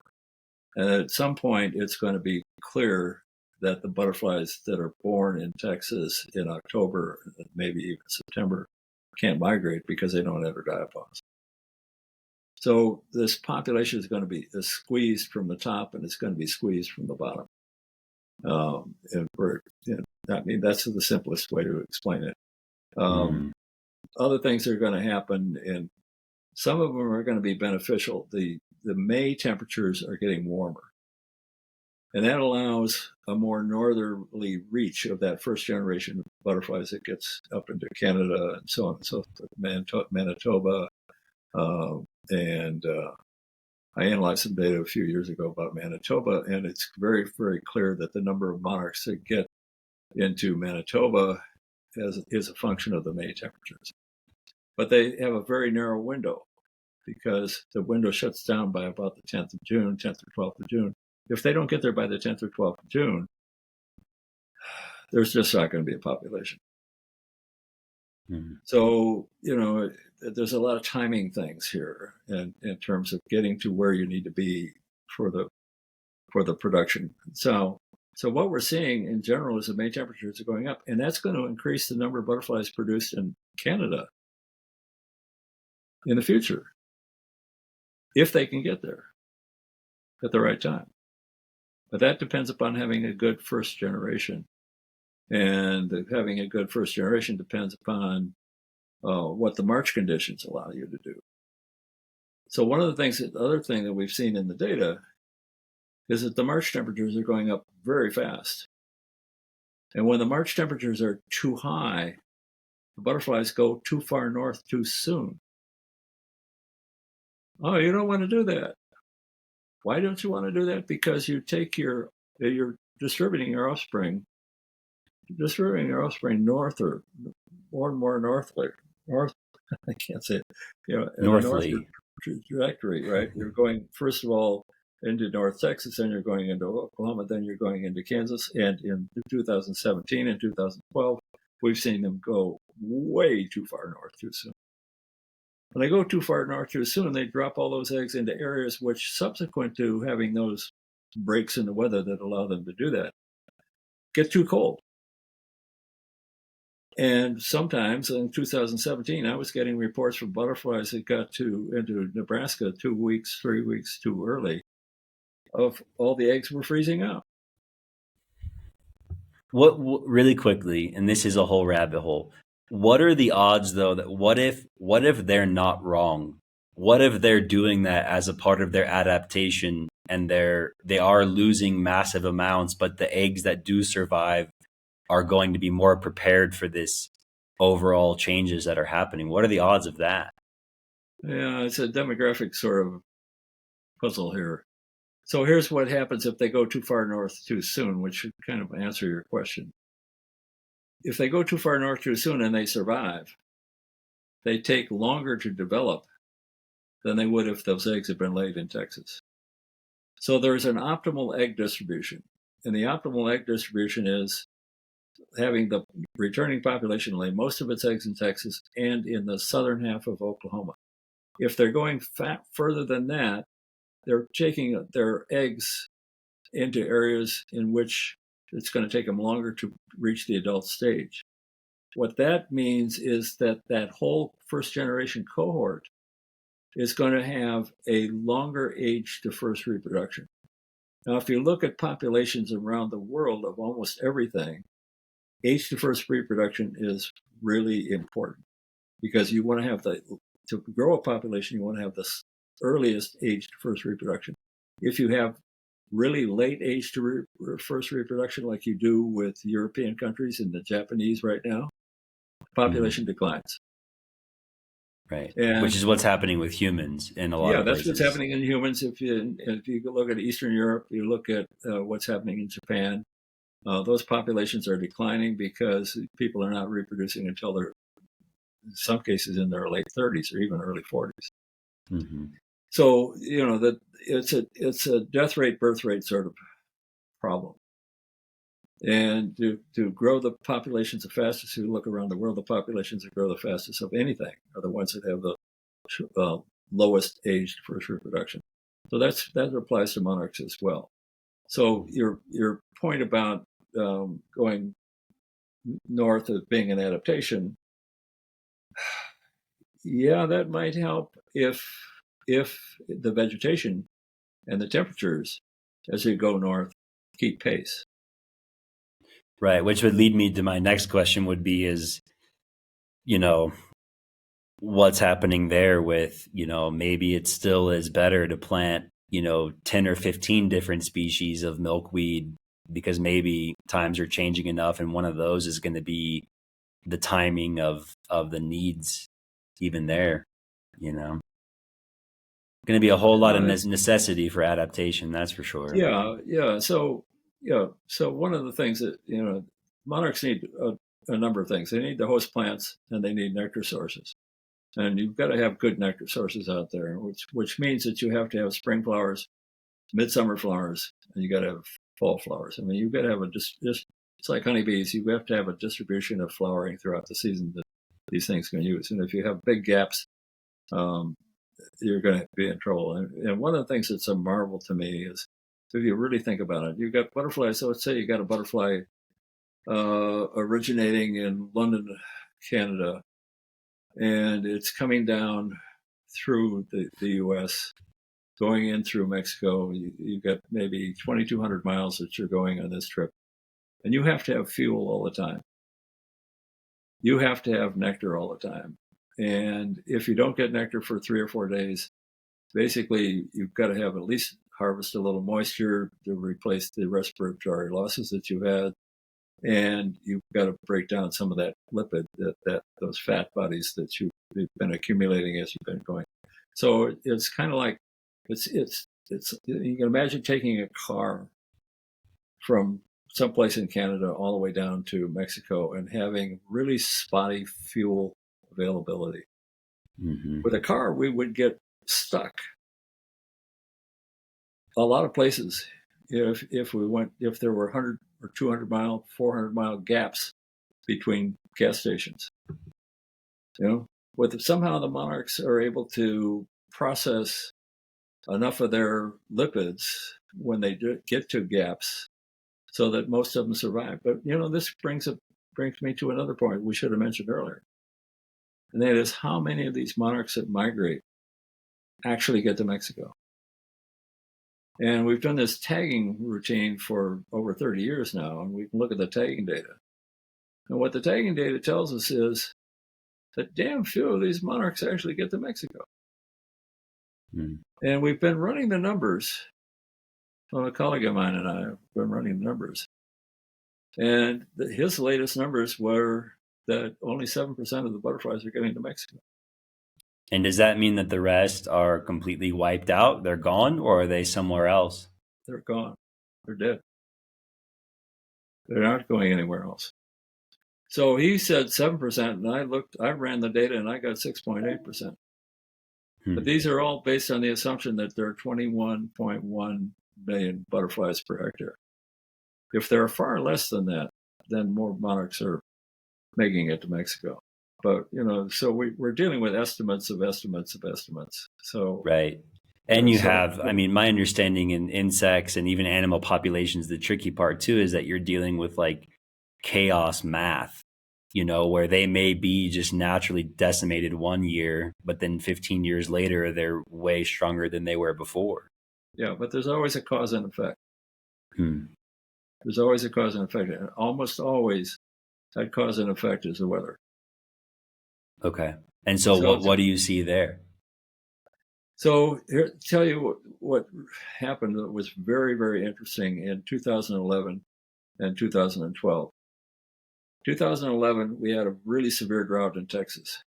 Lost 300 million trees, and lost a lot of fish, lost a lot of aquatic stuff because it was basically a 7-month drought. Just an incredible drought in Texas. All right. So the butterflies that come out of Texas in the spring in 2012 go too far north too soon, devastates the population. The population that builds up in the northern areas that produce the most monarchs that get to Mexico experience a drought and extremely high temperatures, the highest temperatures we've seen in the last 32 years. So the population that came back to Mexico in the fall of 2012 was probably not very fit in terms of being able to function. And then in the spring of 2013, those butterflies came north, but they came north really late. And that has had a big effect. So the lowest population we've ever seen is in 2013. All right. Now, there's an interesting thing that happened here, which gets to this point. In September of 2011, after a 7-month drought, it began to rain in Texas. And it started raining, and it rained and rained and rained and rained. For months, they had good intermittent rainfall. Mm-hmm. Soil moisture went way up. In the spring of 2012, we had massive migrations of 16 species of butterflies out of Texas. Why did we have those massive migrations? I mean, the people were going, oh my God, look at it. Incredible numbers. We had red admirals going all the way up to Toronto. They made headlines for 2,000 miles as they were moving north out of Texas. Because people were noticing these butterflies. They were on windshields, they were passing windows, they were on flowers, they were, tremendous number of these butterflies. All right. Why did that happen? Because the droughts of the previous summer in 2011 killed all the predators and parasites. Mm-hmm. Right. The rainfall that took place in September and October and November allowed the butterflies to recover in the absence of predators and parasites. And that's why you had this big outbreak. So this is the kind of sequence that you can see if you dig deep enough in the data.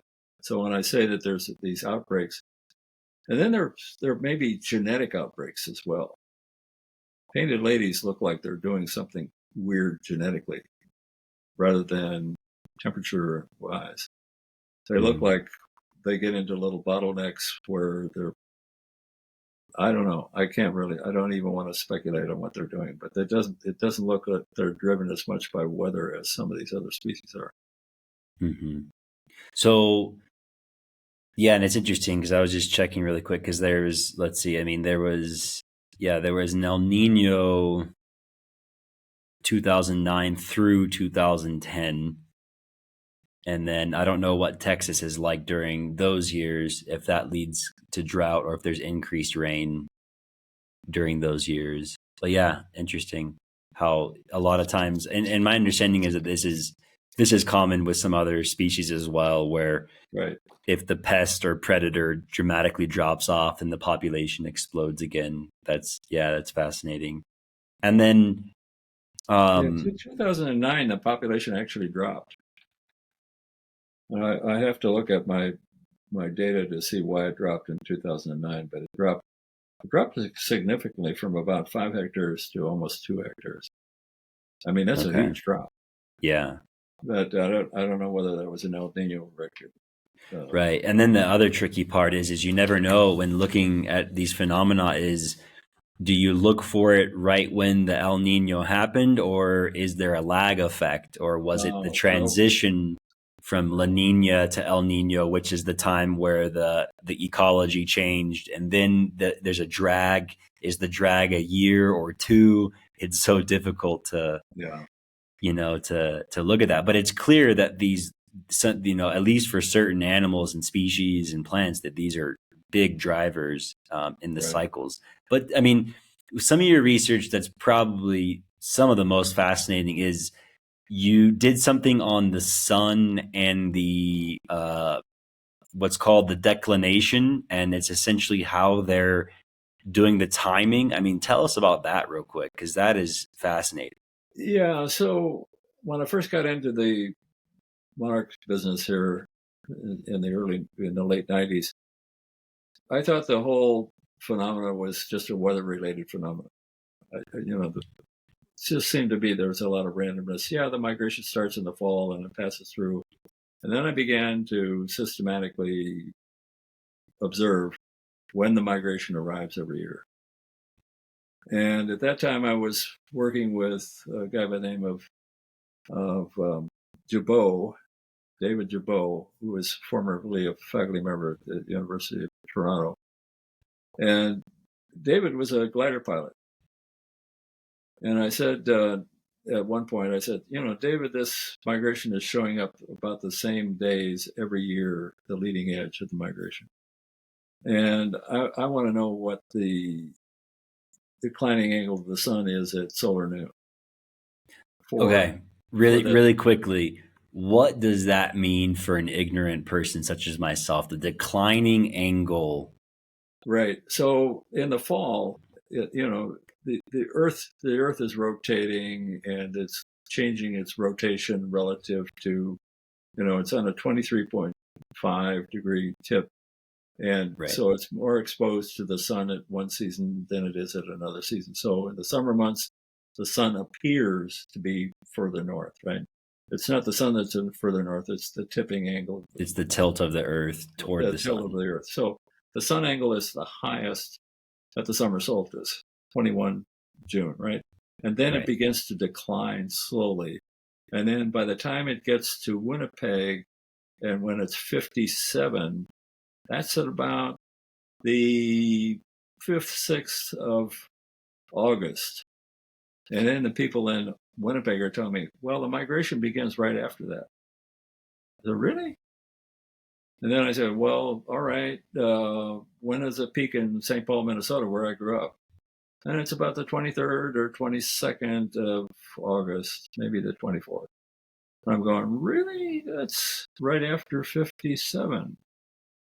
The sun is still declining, but it's right after 57. And then I go to I called my friend Bill Calvert in Texas. And I said, Bill, I bet you I know when the monarchs are first reaching your area. And I said, you tell me what you think. And he said, well, about the 26th of September. Bingo. 57 again as comes up. When are the monarchs first getting to Mexico? 57. Oh my goodness, there's some sort of relationship, celestial relationship between the start of the migration and the end of the migration.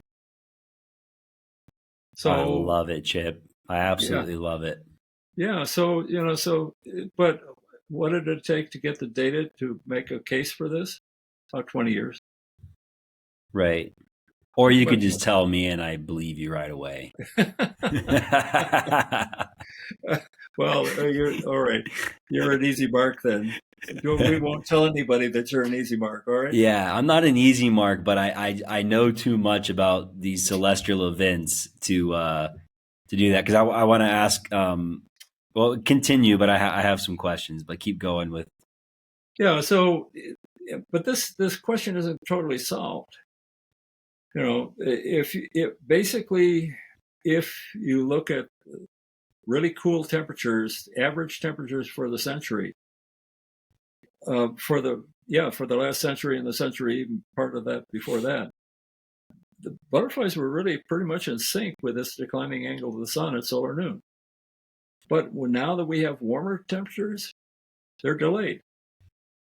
And that's a concern. In other words, they're not keeping up with that solar angle as they're moving further and further south. They're getting to Mexico later and later, at least the bulk of them are, which is not good because the longer you're on the road, the more you're likely to get hit by something or caught by something. Mm-hmm. So, yeah, And that's so literally the angle that they're using is different now with the temperature as no. The well. angle isn't using no. That's the temperatures are keeping them from being in sync with the angle. With the angle. Okay. Because when we first started doing this in the 90s, the butterflies would arrive at a very predictable time in the month. The phenology was linked to the declining angle of the sun. Now the phenology is not linked to the declining angle of the sun the way it was 25 years ago. How many years of research do you have where the declining angle is statistically significant? Well, I don't think we'd look at that way. What we could say, though, is that when we look at the 90s, it was cooler in the 90s. And when it was cooler in the 90s, the butterflies were moving faster. And they were more in sync with the declining angle of the sun at solar noon. Now they're not as in sync with the solar angle at solar noon. Mm-hmm. The solar angle is not changing. The butterflies are the weather has changed Right. the pace of the migration. I guess my question is how did the research show like definitively that they're following the declining angle? I mean, how many years of data is there showing that like this should be the core pattern that they follow? All right. So this was a little bit of gymnastics statistically, but basically, when you look at the sun angle at solar noon, it changes very slowly from say 50 degrees north to probably somewhere around 40 degrees north. It changes very slowly. Then in mid latitudes, the sun angle at solar noon, for reasons I can't explain, increases. The pace of it increases. And then as you get into Mexico, the pace of change of the sun angle at solar noon again slows down. Well, if the migration is linked to that, the migration ought to be slow, faster, and slow. Mm-hmm. And it is. Oh, But interesting. it took a lot of data to match up saying, all right, because other people had actually shown that the migration moves very slowly at first. I said, why was that? Well, the sun angle at solar noon moved very slowly for the first 5 or 6 degrees of latitude. And then it moves faster. And then it slows down again. And the migration does the same damn thing if you've got the right temperature. Okay. Gotcha. So the temperature variability is now driving it to where it's different. Are there any other species that someone has done similar work on this finding? Because I know there is research on different, whether it's birds or different species that use stars for navigation at night. A lot of night migrating or traveling species will use stars and different light in the sky. But is there anyone else who's done, whether it's a bird or any other migrating species that has found something similar in terms of this declination of the sun? I don't know, but how about this? Depends, but you're not going to consider these to be migratory species, but they do use the moon. They do use the stars. That's dung rollers in Africa. Right. Dung rollers. The dung rollers that come in after, clean up after the elephants and the rhinos and what have you. They use the stars in the sky to navigate to where they hide, where they're going to roll their dung balls. It's unbelievably amazing. But I don't. But I would suspect that the people that are working on painted ladies in Europe should catch on to this the solar angle sort of idea and see if that works. Yeah, it seems like there'd probably be some easy low hanging fruit to go through, species that have a lot of data and check out, the migratory patterns or whatever it may be. Yeah, the thing is getting the data, right? So Right. this has got to be observational data, and it's got to be rich, and it's got to be irrefutable. So that's part of the problem here, because of the data on these migratory species tends to be very patchy and very very sketchy in a lot of respects. And we deal with that a lot. Yeah. So the nice thing about the tagging data is that the tagging data gives us a location and a time, latitude and longitude, and a date, and we can see how that whole thing changes through the years. And this tag is alive, like transmitting, or people have to catch the Oh no, butterfly and then log it. Uh, you ever picked up a cup? Ever picked up a cup and looked at the bottom of it, Yeah. and it says "Made in China"? Yeah, the little tiny sticker tag. Yep, that's what it is. Made in China. Except these aren't made in China; they were made by Watson in St. Louis. This is one of the things that really made the program successful. We designed a new tagging system, and that new tagging system imbues these tags, these circular tags, which have very small print on them, but every one is uniquely coded. And the tags have a special adhesive on the back of them, so that if you put the tag on the butterfly, on what we call the discal cell, which is a kind of a mitten-shaped cell, there's a mitten-shaped cell in the middle of the hind wing. You put a tag right there, and it's close to the center of gravity for the butterfly. And the tags adhere very well if you put your thumb on them for just a second, so that you can press the adhesive through the scales to the membrane of the wing. We lose very, very few tags after Really? that. Wow. And do you find, is it common though to have where maybe you don't lose, or well, I guess you would consider that a loss, but you don't have a lot of data loss. You have the logging is quite good. Well, the people record all of the tags that they apply, and they send us the data sheets. And then we get recoveries in Mexico. We've in the course of our program, we've tagged over 2 million butterflies over the last 32 years. And of those, we have about 20,000 recoveries in Mexico. And we've got, we get about 1,000 sightings or recoveries in the U.S. every year. And we still have most of those are butterflies that were tagged in the same place that they were found. But there are a few that are really nice recoveries. Okay. But these are tags that a human has to identify. There's not like a signal being transmitted from these tags. No. These are just stick-on tags. Right. And yeah, there's something called the blue morpho tag. It's an electronic tag now that you can pick up with your phone and modus receiving systems. But yeah, Wow. I don't think that's going to go anywhere. Hmm. We just don't have enough detectors out there. Right. I mean, it's a huge landscape out there for electronic detection. And Hmm. so this is all human-aided sort of tagging and recovery.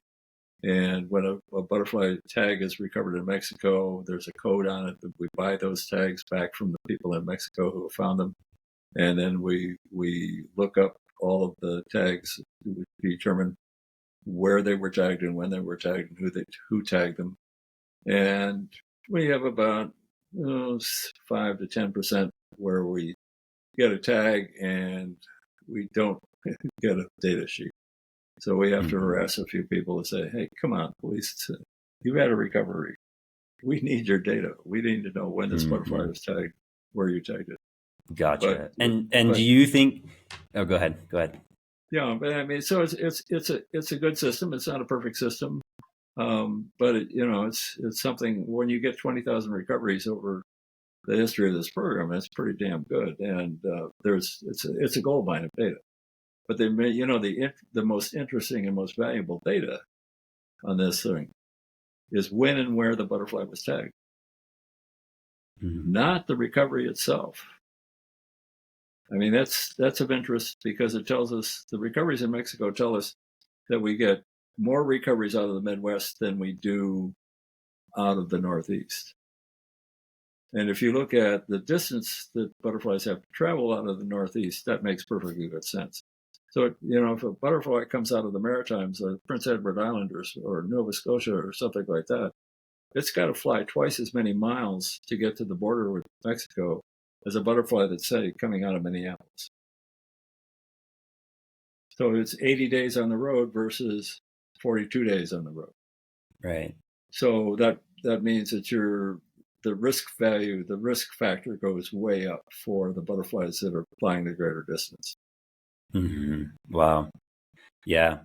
And it's also cool. I think there's, some of these projects as well. I mean, as technology grows, there's this desire of, well, I can have better and better data. But at some point as well, it's really awesome to have the people involved because you really, in the end, you're going to need more citizens just actively engaged. And the more they're connected, the more likely they're to plant a garden and to support the overall thing versus a select few of researchers who say, oh, well, I have these electronic little data markers and now I can do all of it from my computer, but nobody knows what's going on and no one's connected.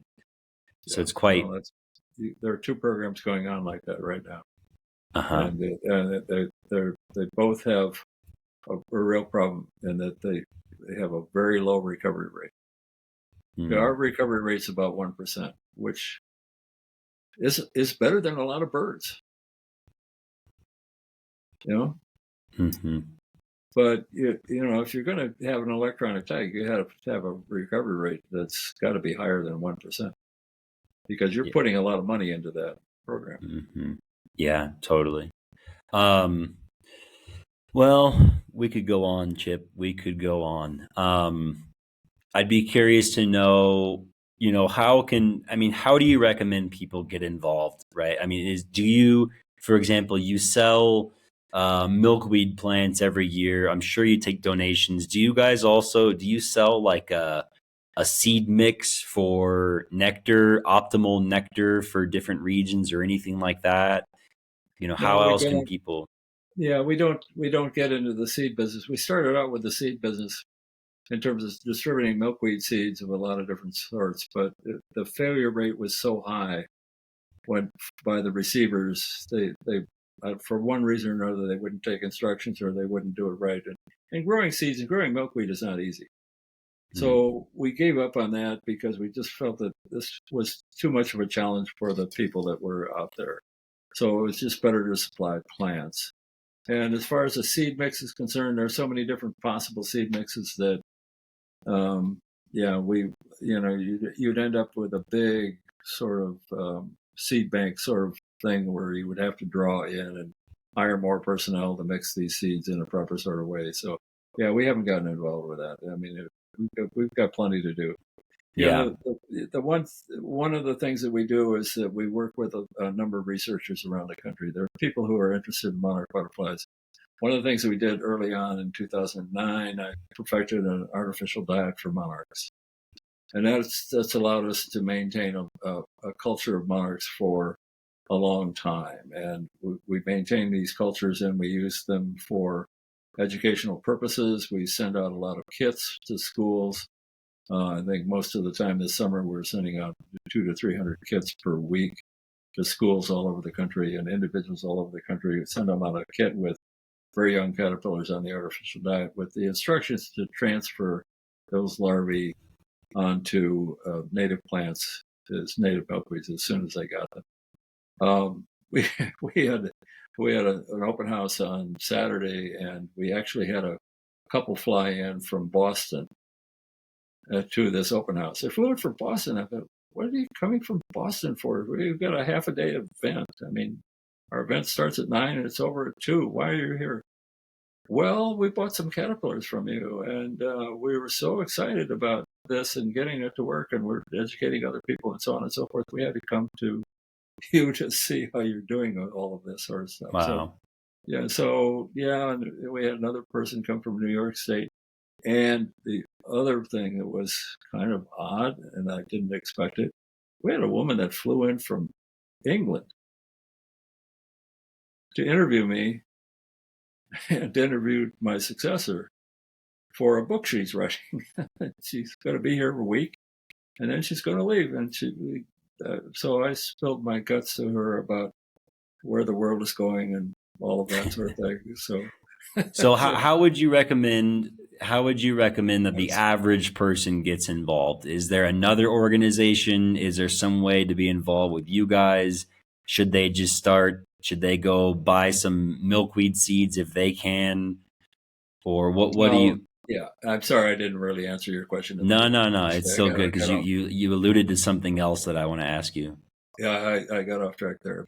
But anyway, yeah, get involved. If you can, start a Monarch Waystation. That's the way to do it. You get nectar plants, you get milkweeds, create a habitat for monarch butterflies, create a little island for them. These islands with resources are things that a lot of species need. I mean, we've created an island of resources at Monarch Watch. We have what we call Monarch Waystation #1. Man is at an island for a lot of different species. I've seen species in that garden that I have never seen before because, we have created something that brings in even the rare things. We even, we're nestled in between a whole bunch of buildings, and twice we've had a mama deer come and put her baby down for the day in our garden. Yeah. Wow. Going, Beautiful. wow. And and then we have the usual sort of mammals. But this is a little island nestled among buildings. So and the things that we have living in that little island, which is probably half an acre, it's just fantastic.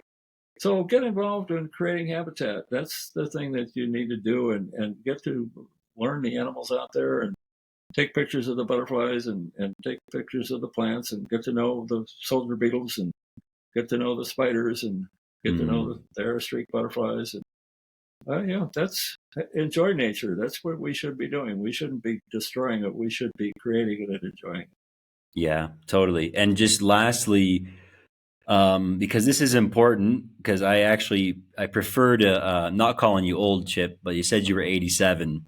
And I've generally interviewed quite a few older people, and one of my concerns and questions, as always, is do you have a successor or someone who is right there behind you for the future? So, and you said successor a minute ago. So is that you do have someone kind of following in your footsteps? Yeah, and that was interesting. I had to go through a process here. The university is not usually able to replace a faculty member in kind. And I knew they weren't going to replace me as director of Monarch Watch. I mean, I created Monarch Watch myself. I mean, this wasn't part of my usual university duties. I started a small research project, created Monarch Watch. It turned out to be it's become an international program. So what's going to happen when I die or retire? That was a question that was haunting us for a long time. And the only way I could see to making this continue was to make a big contribution to the university, create a trust fund, create an endowed fund to provide the salary for a new director. In other words, bringing on a new director and paying the new director from the interest that would be accrued from that donation. So my wife and I came up with $1.4 million and donated it to an endowed fund at the university. We're still looking for some more money, but we're trying to get up to $3 million. We got about $700,000 to go to get to that 3 million mark. But the idea of that is that we'll have enough money for that in the interest in that in order to sustain the new director. We've already hired a new director. The new director was hired last October. It's Dr. Kristen Baum, and she is from Oklahoma State University. She's had a lot of previous experience with Monarchs. I've known her for a long time. I really wanted her to replace me and follow me in this, and she's going to take the program probably in a different direction. I think events will probably take Monarch Watch into a different direction, but the point is that we will still have something that will reach out to the public and try to keep the public engaged in habitat restoration, habitat preservation, and monarch conservation. So that's the idea, is to keep it going as long as we possibly can. But at the same time, recognizing that things are changing. If it changes dramatically, so monarchs are no longer in the scene, Monarch Watch will continue, but continue with a different sort of heading. So we're thinking about the future, and we've got somebody that I think will take the program into the future and do it quite well. We've worked together now for a year, and I think we've been working as partners. And I work with Kristen less and less now because she's become familiar with the program. So she's really taking over everything now, and she's doing a fine job. Wow. Okay. And she's doing a lot of talks, so I don't have to talk so much. More fishing, less talk. There you go. Yeah, that would be good. Awesome, Chip. Well, I just want to, just say thank you. It's something that I, never realized until recently. There's a few people out there that are, really, you just don't think about these things, and I've had the great fortune of going to see some of the migration in California and to see them just covering the trees, but not knowing, what's going on behind the scenes of people that are working on this. And I do want to I do want to just bring a little attention to, I was reading there was a man named Homero Gonzalez who was running the El Rosario Butterfly Preserve in Michoacan, who was, I believe, killed for his work there. And so just to acknowledge, it's very controversial what happened there. Yeah. Nobody really knows why that man was murdered. And nobody's talking. Yeah. Well, it's one of those things. All speculation. Yeah. I met him. I know who you're talking about, and he was a very controversial character, and he had a lot of people that looked at him differently from how the outsiders look at him. Oh, really? Interesting. Well, yeah. in my experience, down here in South America as well, there's a few too many times where people who are working out at these preserves are killed. Right, and exactly. So, I imagine he was, and that's the thing, who knows, maybe he was a total weirdo, but at the same time, there's just a lot of people working to protect these lands that end up dead more often than not, actually. Yeah. So you're living in Lima now? No, I live outside of Cusco in the south. Oh, really? Yeah, I live in the Sacred Valley down in the south. So one of my bee adventures, which was very instructive, was to go to Peru with one of my graduate students at the time, Mark Winston. And of course, we went to see all the various sites in Peru, but we also went to Pucallpa. Uh-huh. And in Pucallpa, we took out, at that time, Pucallpa was just opening up and they were taking down a lot of trees. African bees were moving in at that particular time.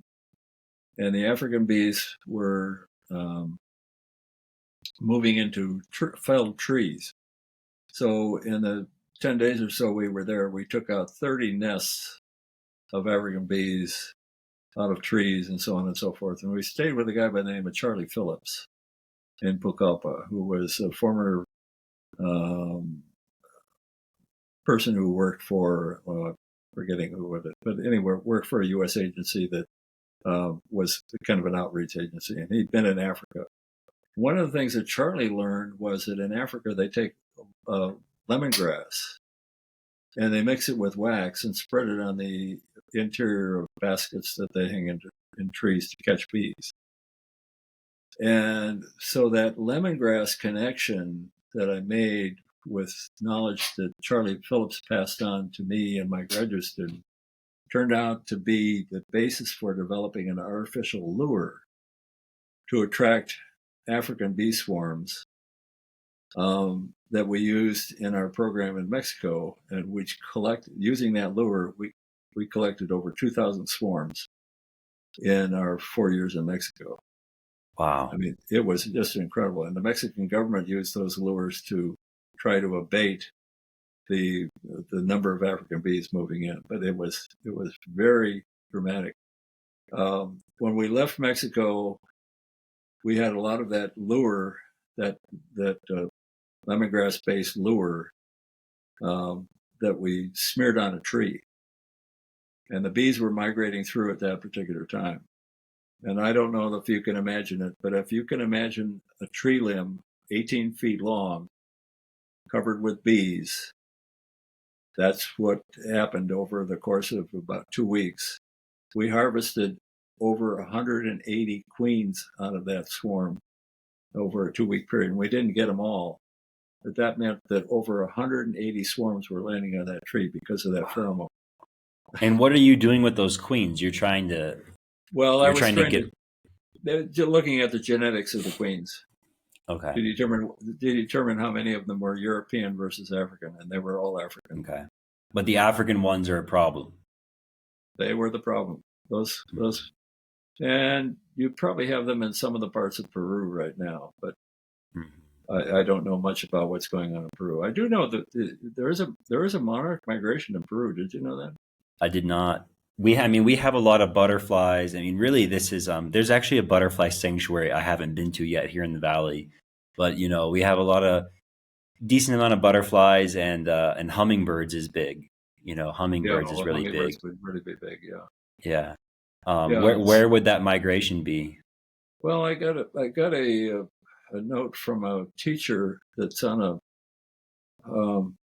If you go to Lima and go to the coast, just south, you go straight to the coast and go south a little bit.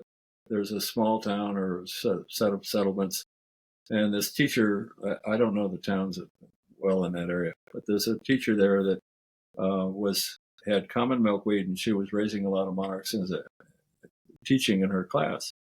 And she was telling me that there's a migration of monarchs that comes down to the coast at a certain season, and then they all leave again, probably in the dry season.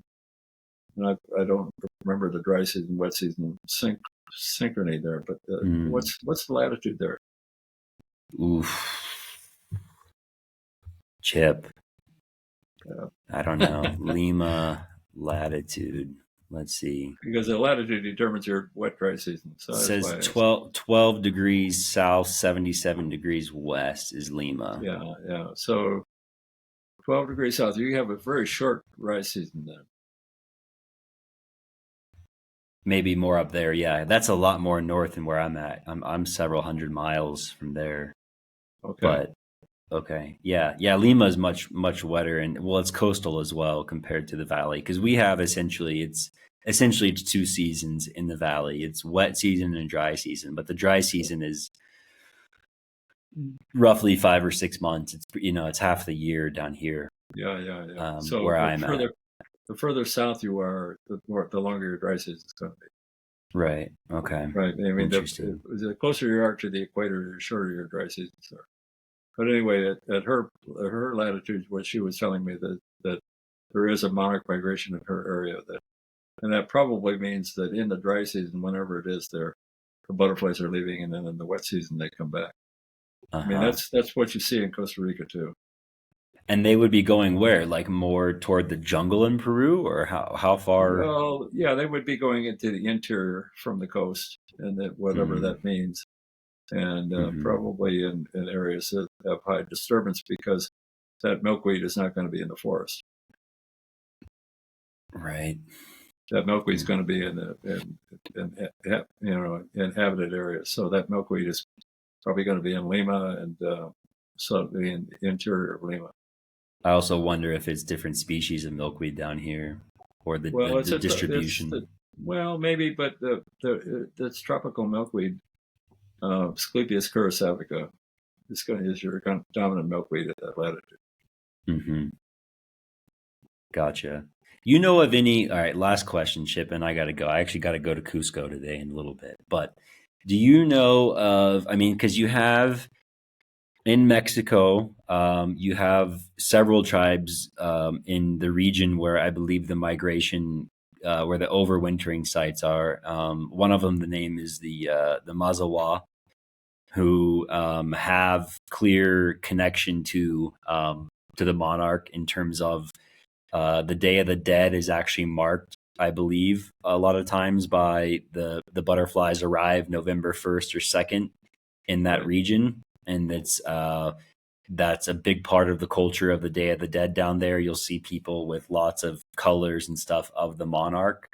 right. Um, you know of anything like that within North American tribes or Canadian tribes? If there's any mythology or old accounts of this species for some reason or another?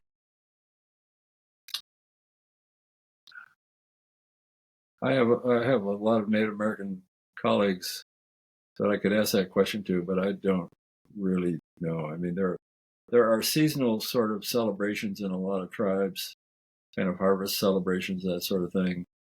Um, but I don't know of anything that's connected with any insect. Certainly nothing connected with monarchs. Right. One Because of the even just one of really the quickly, interesting my understanding is that the monarch not only symbolizes the Day of the Dead, but it also symbolizes it's time to harvest the corn in Mexico in that region, it could and be, the butterfly correlates with that. yeah, it could be. And one of the interesting things is that there is no connection between pollinators and plants in Indian cultures. They didn't make that connection. They didn't recognize that pollinators are really essential for the production of the plants. That's what my Native American colleagues tell me, which I think that's kind of interesting. But I can see that people don't necessarily make that connection. Yeah, and I guess in those cultures as well, during those times, would that connection even be that important because they weren't murdering them in the tens of millions on a regular basis with chemicals or whatever they were doing? So maybe they didn't need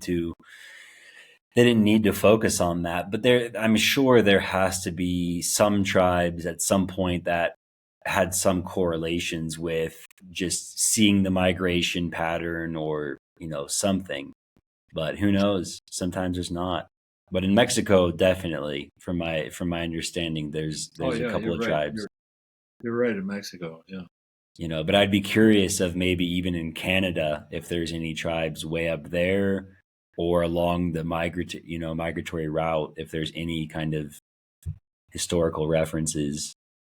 But who Not knows? that I You never know know. of, but when you come to think of it, most of the plants that Native Americans grew did not require pollination, except the squashes. You know, Hmm. corn, the beans, uh, uh, don't really require pollinators. The squashes and pumpkin-like things did, but Mm. there's squash bees everywhere, so they would probably take care of all of that without the people even noticing. Right. Huh. Well, I'll do some more research, and if I find anything, I'll shoot it your way. Yeah. I haven't heard of anything. Yeah. Okay. Right. All right, Chip. Well, thank you very much. We've got some good time in here today. Yeah. You want to Um, talk bees sometime? We could do that too. yeah, well, I mean, I was just realizing that before we started. I was like, wow, he was a bee man as well, and I love bees too. So we'll probably have to do that. Let's yeah, I'll reach out. We'll do bees. We need to do that too. It'll be Yeah. fun. All right. All right, Okay, Chip. Justin. All All right, right. take care. Yeah, you too. All Been right, bye fun. bye. Bye bye.